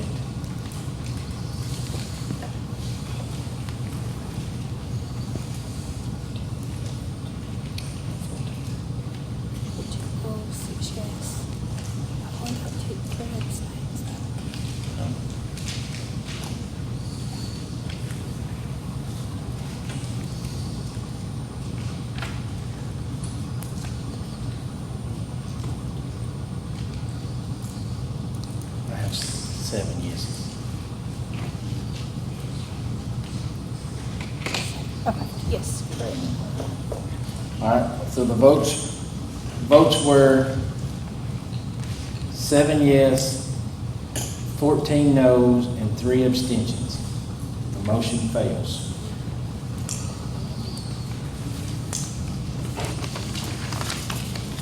All right. Motion to approve 143. Okay, motion. Second by Matt to approve 143. Any questions or discussions on 143? All right, seeing none. Cafeteria funds. Good? Okay. All right, anybody else? All right, seeing none, roll call, please, Stacy. Lydia Gregory, Yes. Helen Bowes, Yes. Terry Givens, Yes. Billy Bass, Yes. Greta Kirby, Yes. Charles Kent, Yes. Ron Pascal, Yes. Lynn Brown, Yes. Scotty Barrett, Yes.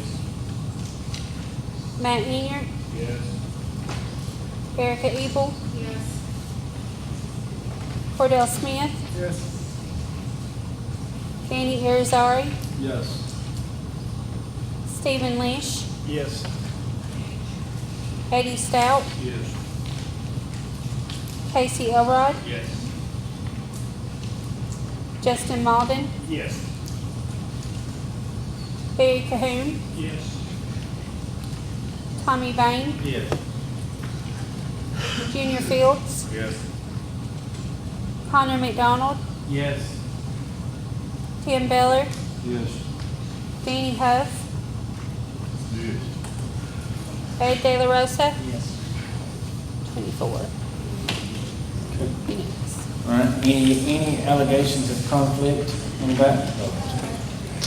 All right, seeing none, that motion passes 24-0. So Mayor Mason, if 143 just passed, Yes, ma'am. so the employees of 143 get the raise and the insurance benefits. It was included in the budget, yes, ma'am.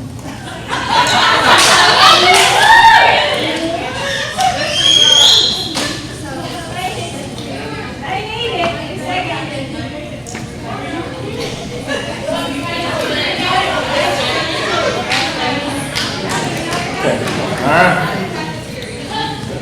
Moving on, that is, by my counts, that's all of our funds. I didn't see any. All right. All right, item number 9 is the resolution 8. Oh, that's right, we gotta do the appropriations resolution.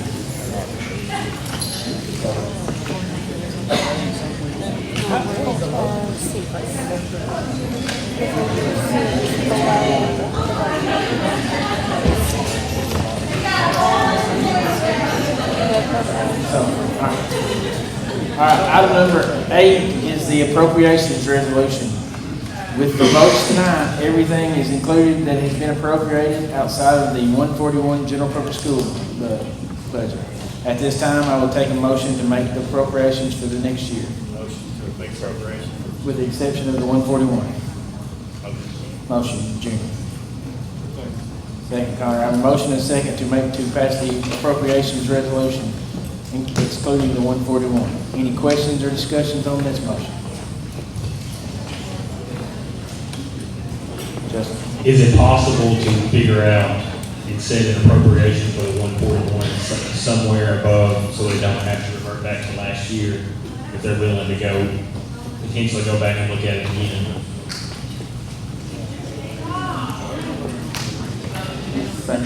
Say what? So what is that? So he's asking, can they set an appropriation, in this body set an appropriation? In the conversations that I had with Mr. Cagle, and you were involved with that as well. Hold on. Kurt, get a mic. We can't hear you. We need to listen to this. With everybody. So your question is asking if you can set an appropriations amount and then not approve the budget.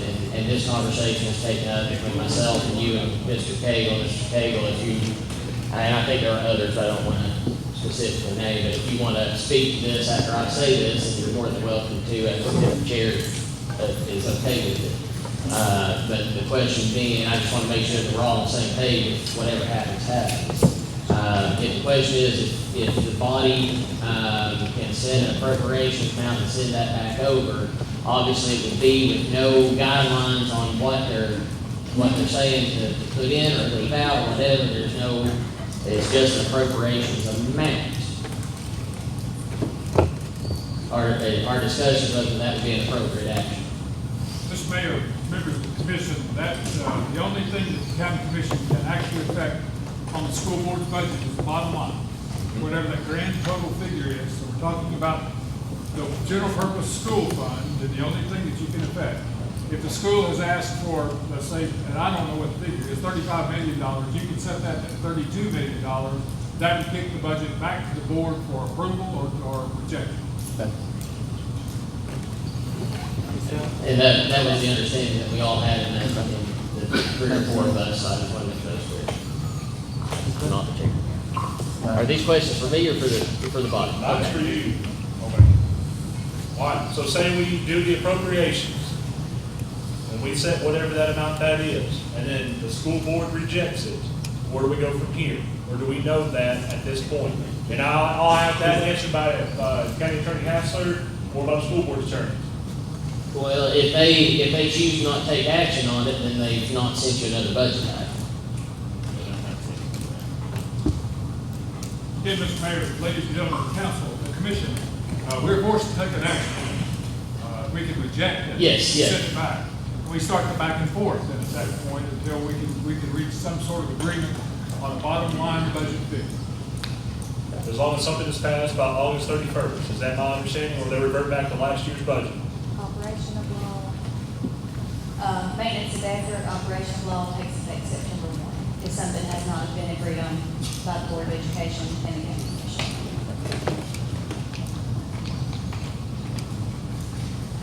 Is that the same? Did you have your hands up? Yes. Okay, you're first. I had a question, so if you got a question. I do have a question. Okay, go ahead. Is that the same under, because we're still technically operating under 57, 81 hasn't been implemented until October 31st or October 1st. So does that change, because I know each governing act has different, what this body can do versus the school board. It would not change. Does that not change that? For Okay. everything would be settled. So it's still under 57, that's the same procedure. Okay.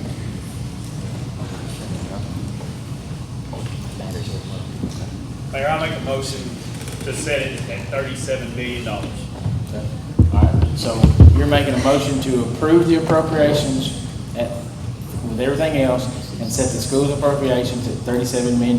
Yes. All right, I have a motion for that. Do I have a second? Second from Lydia Greer. All right, I have a motion and a second to set the 141 appropriation at $37 million and approve every other appropriation that was always voted on and approved tonight. Any questions or discussions? Yeah, looking at where they're at and trying to go, I want to try to be in the middle. That's what my goal is. That's why I'm there. You're trying to see something, and if it's not enough, then they come forward to us and they need a budget amendment, we will give it to them. We will give them what they need to operate. I think this is trying to meet in the middle, and 37 is pretty close to in between what the original budget ask was and where their budget is for last year. That's almost right in the middle. Now they don't have to do anything with it. They could reject it. They don't have to operate within it. But at least, trying to extend something, and that would be an increase of $3.7 million over last year's budget. That would be more than a 10% increase over FY20. Any other questions or discussions? All right. Again, you are voting to set the 141 fund at $37 million and approve every other appropriation that was already approved. You're just setting the appropriation resolution. All right. All hearts and minds clear, right, Justin? Just one more thing. So y'all understand where I'm coming to agreement kind of on that number. Last year in their operational budget, they spent $30,261,383 in education in their operational side. If you add 11% to that across the board, that would get the budget to $33,590,135. You add the $1.1 million in insurance on top of that, that gets you to $34,690,135. And then they still have debt service on top of that I didn't include as part of their operational, which puts them at $34,975,135. is what that, so their budget with an 11% increase over what they actually spent, plus the 1.1 million in insurance, which if we approve, we know coming back next year, that's only a partial fund, that is not a full year's worth, because when enrollment takes place, so when they come back next year, we have to understand, you know, if we pass this, I'm hoping that they will be able to accomplish everything. Again, it comes in under 35 million, you know, there's an additional $2 million in on top of that, which would still, again, be a $3.7 million increase over what their final amended budget was, but it is $6.2 million above what they actually spent last year. Commissioner Walden, we also need to include 1.1 million for the ISM grant, which is fully reimbursable on top of that. And I amended that to include that. It's a grant, it's $1.1 million, so I'd amend my motion to also include that. So it'd be 38.1 million, including the ESSER grant. ISM grant, whatever it is. Right back to what it was now. No, we're not, because it's grant money that's coming in and going out. It's just like we do with grants. Just like our 3.6 We're million. at $37 million, what we're approving. That's what The you're grant money approving is, for expense. is just letting them get their grant money. But we're not at where we were. So how far off are we? If we do the grant, how far are we? The current budget request is 39.2, so if we're at 37 plus 1.1, that puts us at 38.1. So we're 1.1 million away from what the original request was. Have we voted down? So we're on the 2 yard line. Right. And what percentage is that on $39 million budget?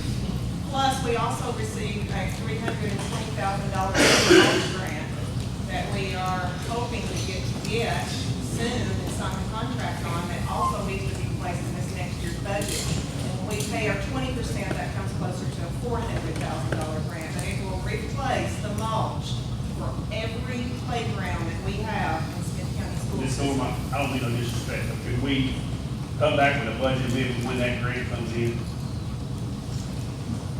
Because we're gonna meet every month, and that shouldn't be a problem. Shouldn't it? You tell us that you will pass that grant. If you got grant money, yes, ma'am, we'll pass it. I But can the tell you. county is putting it will. grant money in their budget, how is that different than putting the grant money in the 141? I was just trying to get y'all to vote, both of y'all money at this point in time. Yeah. Trying to find the resolution. Call the question. I think there was there a second on my amendment, I guess? To include the 1.1, whatever. Was there a second on that? Is there a second on the new total of $38.1 million? Or do you just want to retract? You can retract. We never voted on my amendment. Well, The 37. that's right, it was your amendment. I had an amendment on the floor. He asked to amend your number. No, I asked originally for the 37 million. And now he's asking, now he's wanting to amend I want that. to amend it so it If you gave the initial number, Right. retract your original. And Okay, I would retract my original and ask for $38.1 million. Right. And you need a second for that.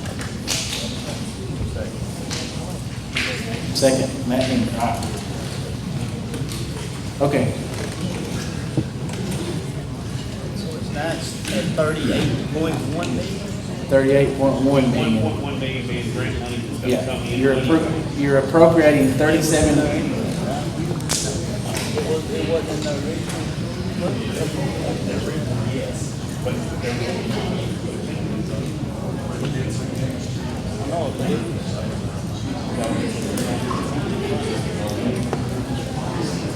Your maintenance of effort only includes his revenue.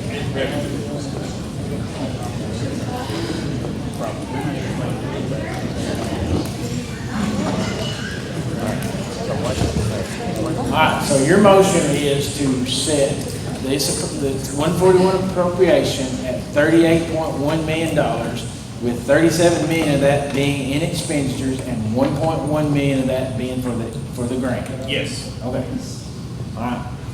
Matt, you're seconding that motion. All right. I have a motion and a second to approve the appropriations resolution and set the 141 at $37 million plus the 1.1 for the grant, which brings it to a total of $38.1 million. That is what you're voting on. And so. Mr. Chair, I make a motion that we divide the motion because I think those are two separate questions. Okay. I think, and at the risk of us voting down the entire appropriations, because there's two separate questions. We want to talk about whether we want to approve the appropriations for the school board or all the appropriations together. I think they're two separate questions. Okay, all right. So she's asked to split the motion and vote on the 141 appropriation and then come back and vote on the total appropriation. That's not an amendment to it, that You can divide a motion.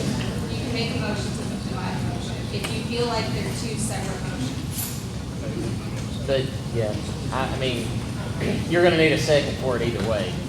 And then you vote on Well, that. that's my motion, so I'm asking for a second. And then vote to divide it, and then vote to get a motion of approval for each, let's say for each Well, I have a one. second on it. And second.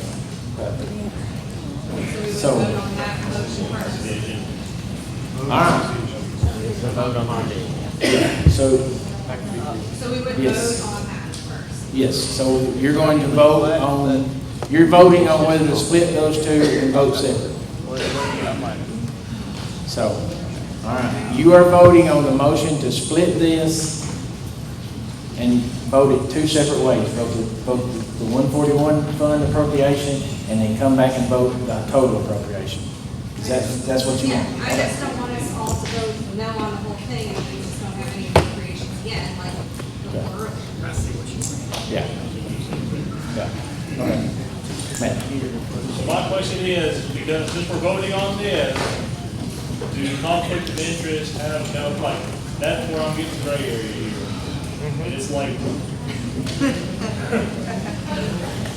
Well, on the motion to split, there's nothing that you appropriate, you're just, that's just, yeah, there's no conflict. not on this vote. Now, the next one, we'll have another conversation. On the appropriation. On the appropriation. Right. Right. So the first vote, I'm gonna be sure, the first vote is to set their appropriation. No, the first vote is to consider splitting That's the right. appropriation. That's right. All right. That's right. All right. So roll call on the motion to split the motions. All right. I've got it. Roll call on this vote, please. This is to split. This is to split it. Consider them separate. Lydia Gregory, Yes. Helen Bowes, Yes. Terry Givens, Yes. Billy Bass, Yes. Greta Kirby, Yes. Charles Kent, Yes. Ron Paschal, Yes. Lynn Brown, Yes. Scotty Barrett, Yes. Matt Inyard, Yes. Erica Ebel, Yes. Cordell Smith, Yes. Danny Irizarry, Yes. Stephen Leish, Yes. Eddie Stout, Casey Elrod, Yes. Justin Malden, Yes. Barry Cahoon, Yes. Tommy Bain, Yes. Junior Fields, Yes. Connor McDonald, Yes. Tim Beller, Danny Huff, Ed De La Rosa, Yes. 23-1. All right, so the motion to split those two items passes 23-1. Not on that one. Mayor, just a reminder to have everyone up front who speaks from time to time to use the microphones because they're having a hard time hearing that. Okay, all right, please use your microphones. All right, so now we need a motion to set the appropriation for the 141 fund. Motion to set the appropriation for the 141 fund at $38.1 million. Second. Okay. Just to be clear, that's $37 million in expenditures and Right. $1.1 million in grant funds. Okay. Yes. All right, so that's the motion. I have a motion from Junior Fields, a second from Matt Inyard to set the appropriation at 38.1. Any questions or discussions? All right. Are we able to distinguish between an expenditure and a grant allocation? I think that was more of a, That's just that was clarity. clarity as to what the numbers were. I don't think we're, Yeah. you're not trying to make a motion to, No, with he, that no, he made the motion for I 38.1. am not trying to make a motion for that. I am trying to give them 37 million. They asked for the $1 million, their grant money for their purposes. They're gonna get it anyways, and so they can spend it. So that's all I'm doing. your motion is for 38.1 million. Yes. Yeah, I think, correct me if I'm wrong, but that was for clarity, not. That's it. Okay, so. Just clarity. The official, the motion is that appropriation. That's correct. All right. Total appropriation of 38.1. Barry? So the 1.1 can only be used for grant reimbursement? Correct. Well, no. No. You can't. No, they can use it for what, yes. You can't tell them what to spend, what to appropriate individually. You can vote a budget up and down, you can vote appropriation. That's why we're clarifying this. No, I'm gonna make an amendment to my motion. 37 million, like I initially said, they can come back and ask for the amendment once they get the grant. And be done. That way the confusion's over. All right, I have a motion for a $37 million appropriation. Connor seconded. All right, we're back to where we was just a minute ago. So here we go. All right, any more questions or discussions on $37 million? 37. $37 million in appropriation. Hang on, see. I want to make sure, I don't want there to be any confusion. Mayor, I hope I don't add confusion. This is a reimbursement grant. Hence, the necessity for his motion, for the commissioner's motion, to go ahead and appropriate the money, because we're gonna get the money reimbursed. This is not a grant that you get the money and spend it. We have to spend the money and then we're reimbursed the money. So it's better, Mr. Mayor, with all due respect, and members of the commission, it's better to go ahead and appropriate this money because you're gonna get it back. It's not a typical grant money where you're given the money and you spend it. We spend the money, we're giving it back. That's not typical much anymore anyways. That most of them are. I'm gonna amend it again to what, 38 be done. Perfect. All right. So now, the total appropriation is 38.1. Second from Mouse. All right, any other questions or discussions? My question is, typically, each year, there's about $1.3 million in capital outlay. So is this 1.1 in capital outlay already, or is it somewhere else in the budget? We put it in capital outlay, but we took out the normal in order to put that in, plus the 700,000 for the baseball lots, which now is out, so the baseball lots are still out. Thank you.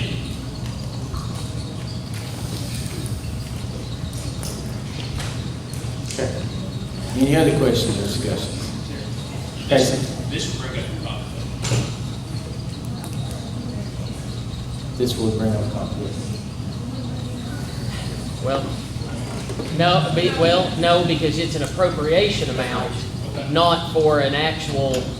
Because it cannot go toward the salary increases. You are giving us money and we determine how. Yeah, you're not voting to, your vote is not going to guarantee, whatever gives you a conflict is not going to guarantee that conflict's going to, right. Yeah. So everybody that's an employee or has a spouse can vote on this. There are two, go ahead, so about 500,000 is capital outlay, and then the other 600,000 still to be determined within the CTE line item, like I explained at the budget meeting, because we have to hire 2 TCAP teachers for the Save-A-Lot building, and some equipment line items, software line items, so it comes out of the CTE portion and out of the capital outlay, so it's split in the budget. Okay. All right. Any other questions or discussion before we call a roll and vote this? Roll call, please, Stacy. Lydia Gregory, Yes. Helen Bowes, No. Terry Givens, Yes. Billy Bass, Yes. Greta Kirby, Yes. Charles Kent, No. Ryan Paschal, Yes. Lynn Brown, Yes. Scotty Barrett, Yes. Matt Inyard, Yes. Erica Ebel, No. Cordell Smith, Yes. Danny Irizarry, Yes. Stephen Leish, Yes. Eddie Stout, Yes. Casey Elrod, Yes. Justin Malden, Yes. Barry Cahoon, Yes. Tommy Bain, No. Junior Fields, Yes. Connor McDonald, Yes. Tim Beller, Yes. Danny Huff, Yes. Ed De La Rosa, Yes. 20 yeses. That appropriation passed 20 yeses to 4 noes.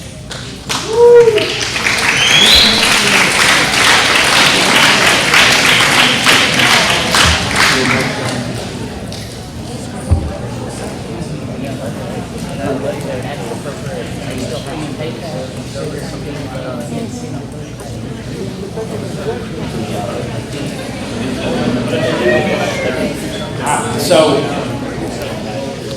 all right, so before we move on, let's pass appropriation. Yeah, all right, the appropriation measure is next for the total appropriation for the year. Motion to approve that. Motion approved and a second for the total appropriation. Any questions or discussions?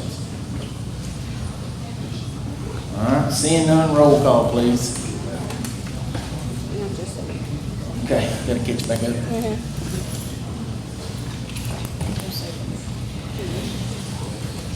Lydia Gregory, Yes. Helen Bowes, Yes. Terry Givens, Yes. Billy Bass, Yes. Greta Kirby, Yes. Charles Kent, Yes. Ryan Paschal, Yes. Lynn Brown, Yes. Scotty Barrett, Yes. Matt Inyard, Yes. Erica Ebel,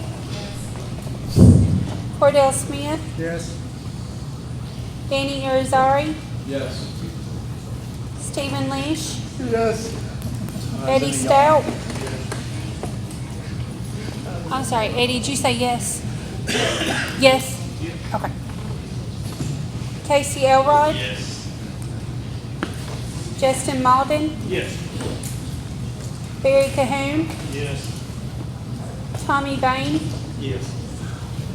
Junior Fields, Yes. Connor McDonald, Yes. Tim Beller, Danny Huff, Danny Huff, Ed De La Rosa, Yes. unanimous. All right, the appropriation resolution passes unanimously.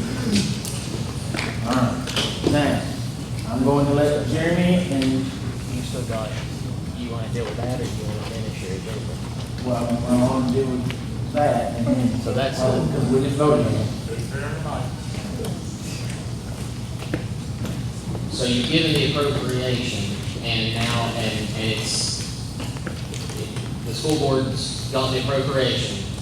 If they take that up and develop another budget to send back to you, you'll have to obviously meet again and schedule a special call meeting to consider it, should they choose. This, I don't know, this way, Yes, I agree. Are you all wanting that action taken before August 31st? Yes. Yes, we'd love to. I just want to make sure I'm clear on that. okay. We We do do need have to a regular meet for schedule. days. I would not schedule a meeting now to give them the opportunity to. Yeah, but she's gotta have time, we may need to schedule one. Do we have to re-advertise that budget?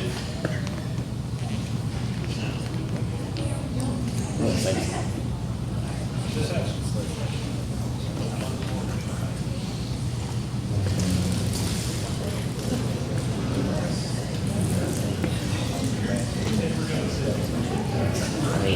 If they don't,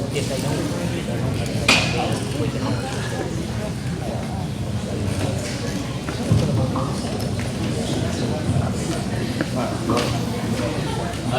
So their regulars, in order to compile everything, they would like, We just need to get it compiled and submitted to the comptroller's office by August 31st, which does fall on Saturday. So by the 30th would be our deadline. And if the school board's regularly scheduled meeting is on the 20th, as I understand, the commission can come back as soon as the 21st. The 22nd, which is a Thursday, or that Monday, the 26th.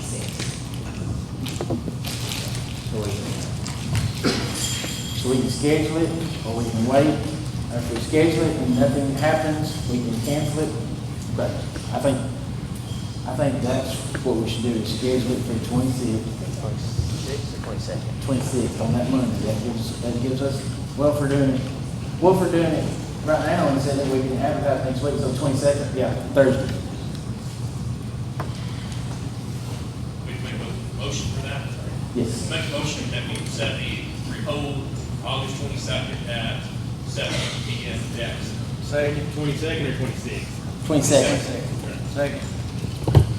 All right, motion and second. All right, so a motion and second to set August 22nd for our meeting to take up any action. If they don't take any action, we'll cancel it. So, all right.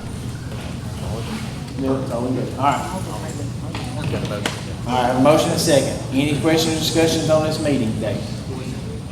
Seeing none, yes, ma'am. What time and location? 7 right here, I think. Hopefully. Yeah, I'll check. tomorrow. It will be here unless there's a conflict, and if it is, we'll let you know. Who seconded that motion? Matt. So, all right, we have a motion and a second on the floor for a meeting the 22nd at 7 o'clock, right here. All right, any questions or discussions on this motion? Seeing none, all those in favor? Aye. All right, opposed? All right, next on the list is Resolution 08-2024-09 to levy a countywide motor vehicle tax. Is this up for discussion? Yes, we ain't got a motion for it yet. Would you rather me give you my presentation from the Budget Committee? So the Budget Committee took this up really early. It was discussed.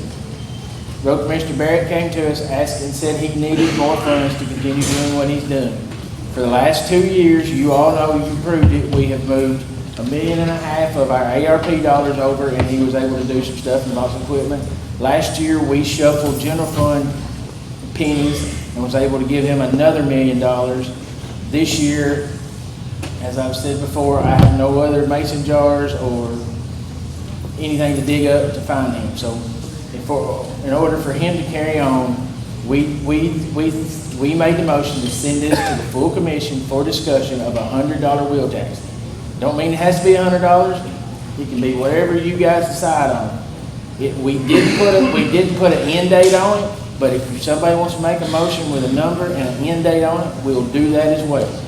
Our goal, getting it out of the committee, was to have a discussion here tonight and y'all to make the decision. So, that is. I'll make the motion that we. On 2 readings, you gotta do this twice. Yeah, this one twice. So I want to make the motion for resolution 08-2024-09, but amended to a $50 wheel tax, not $100. Okay. Say, no end date, going to the highway fund only. Okay, so no end Highway date. highway Capital fund or Wherever highway it's gotta capital? go. No, there's a big difference. I mean, you want a fund set aside just for basically rock, oil, and asphalt? Is that where you want it to go, or do you want it to go into the regular operating budget?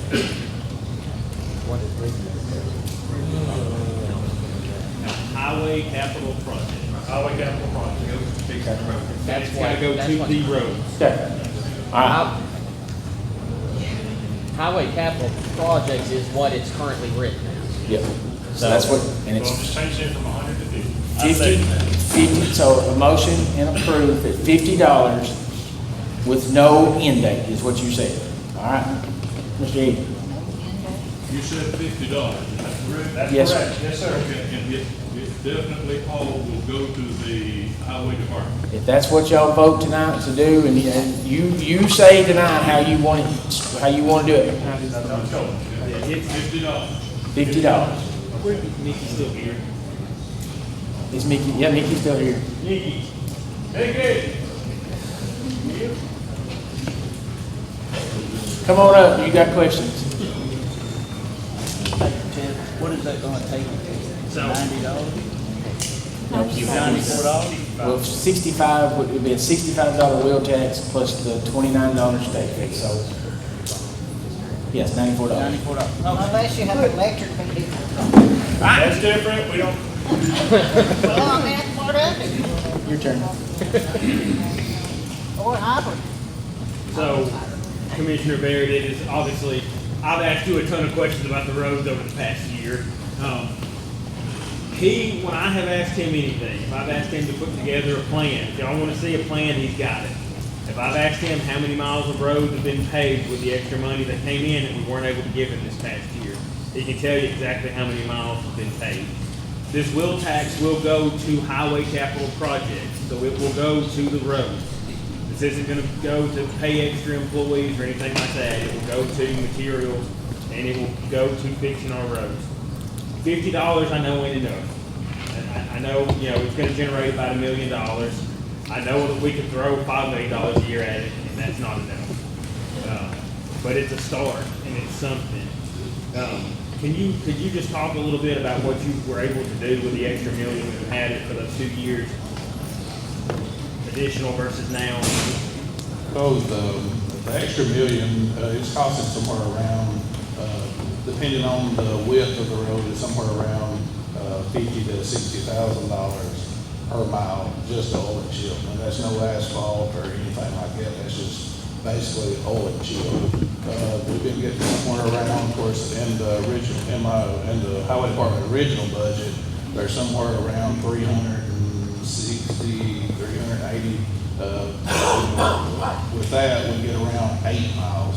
So with the $1 million plus what little we have at the county budget, we're getting somewhere around 26, 28 miles with the $1 million plus what's left in the budget. Without the $1 million, we'd only be able to do about the 8 miles because they won't use it all to complete that one line because we don't know what's going to happen in the winter. We don't know what's going to happen, in the spring for its storms of that nature. Just like on Lakeside Drive right now, if we didn't know it was going to happen, we had one culvert collapse. Just the pipe alone is somewhere around $23,000. By the time we get that one culvert replaced, it's going to be somewhere in the neighborhood, I'm going to guess, in the $50,000, $60,000 range. It's an 8-foot culvert, about 70 foot long. So, you just can't, prepare for the unknown. And just luckily, we had extra money that was, approved $1 million. And instead of just letting it sit there, we got on the phone, ordered an excavator, rented one, and ordered the pipe, and we'll get it fixed. So, without that type of money, that's about what you get, about 8 miles a year. And we got 451 miles of road in the county, about 330 of them oil and chip. 8 miles a year, you can do the math on how many years it's going to take you to do it. Out of the asphalt roads, we've got probably 120 miles of that. There was a state aid roads like Bradford Hill, the roads like that. We get like $146,000 a year from the state to do state aid roads. It's costing somewhere in the neighborhood of $200,000 a mile to do those. Club Springs Road, 8 miles long, $146,000 a year. You do the math, how many years it's going to take you to do one road. You'll never get caught up. Just with the extra million, it's basically just enough that instead of sitting around, not doing anything, I'm able to keep the guys at work, busy and, working, as much as we can. Any more questions? Even from the people back there, I'll talk to you if you got any questions about the road.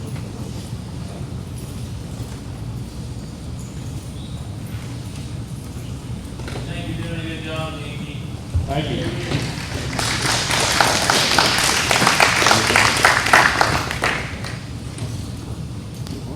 You good?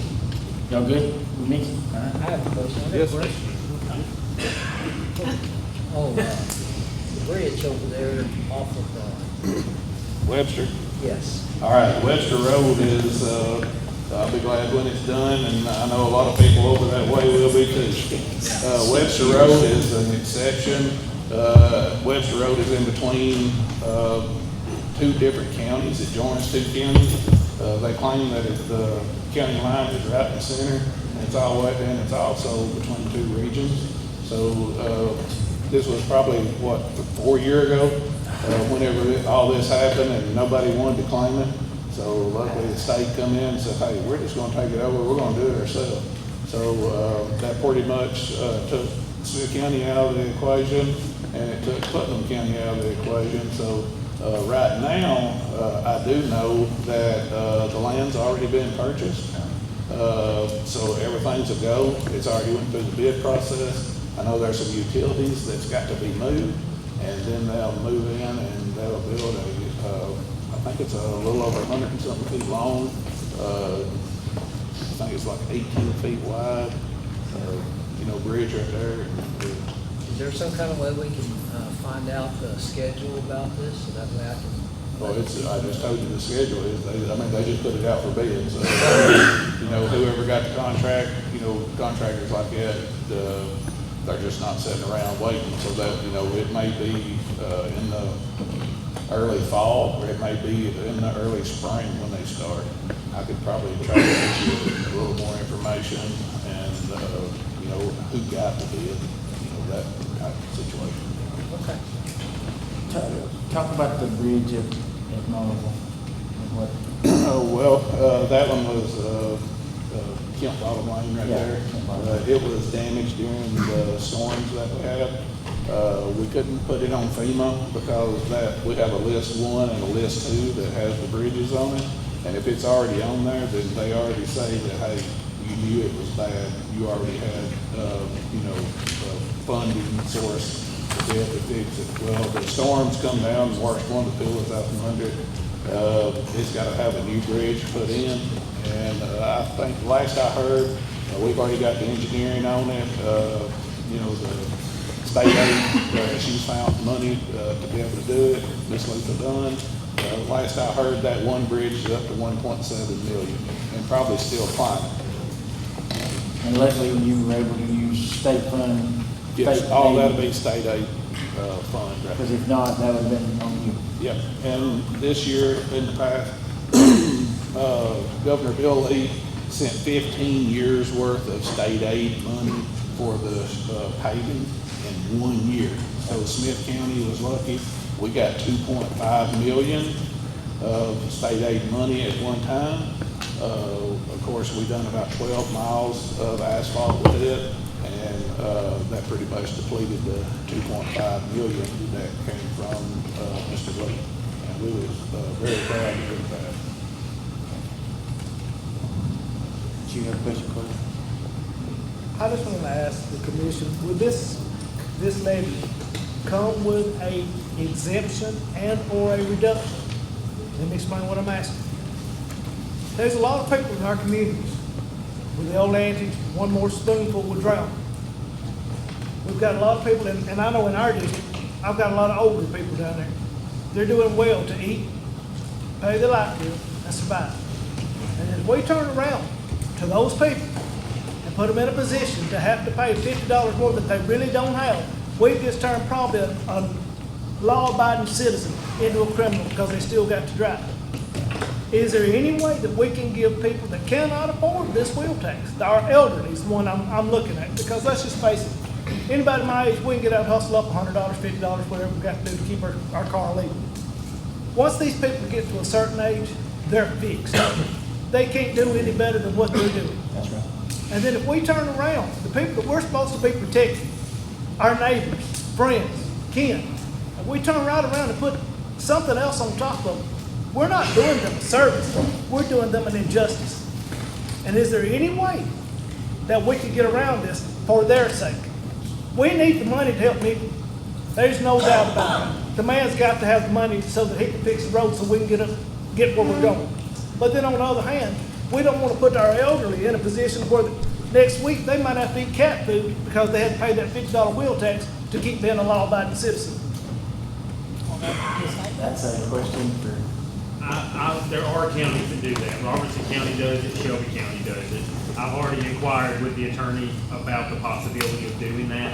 My question would be, this requires 2 readings. Is that something we can bring forward at the next reading, or does it require 2 readings? I think you're gonna have to read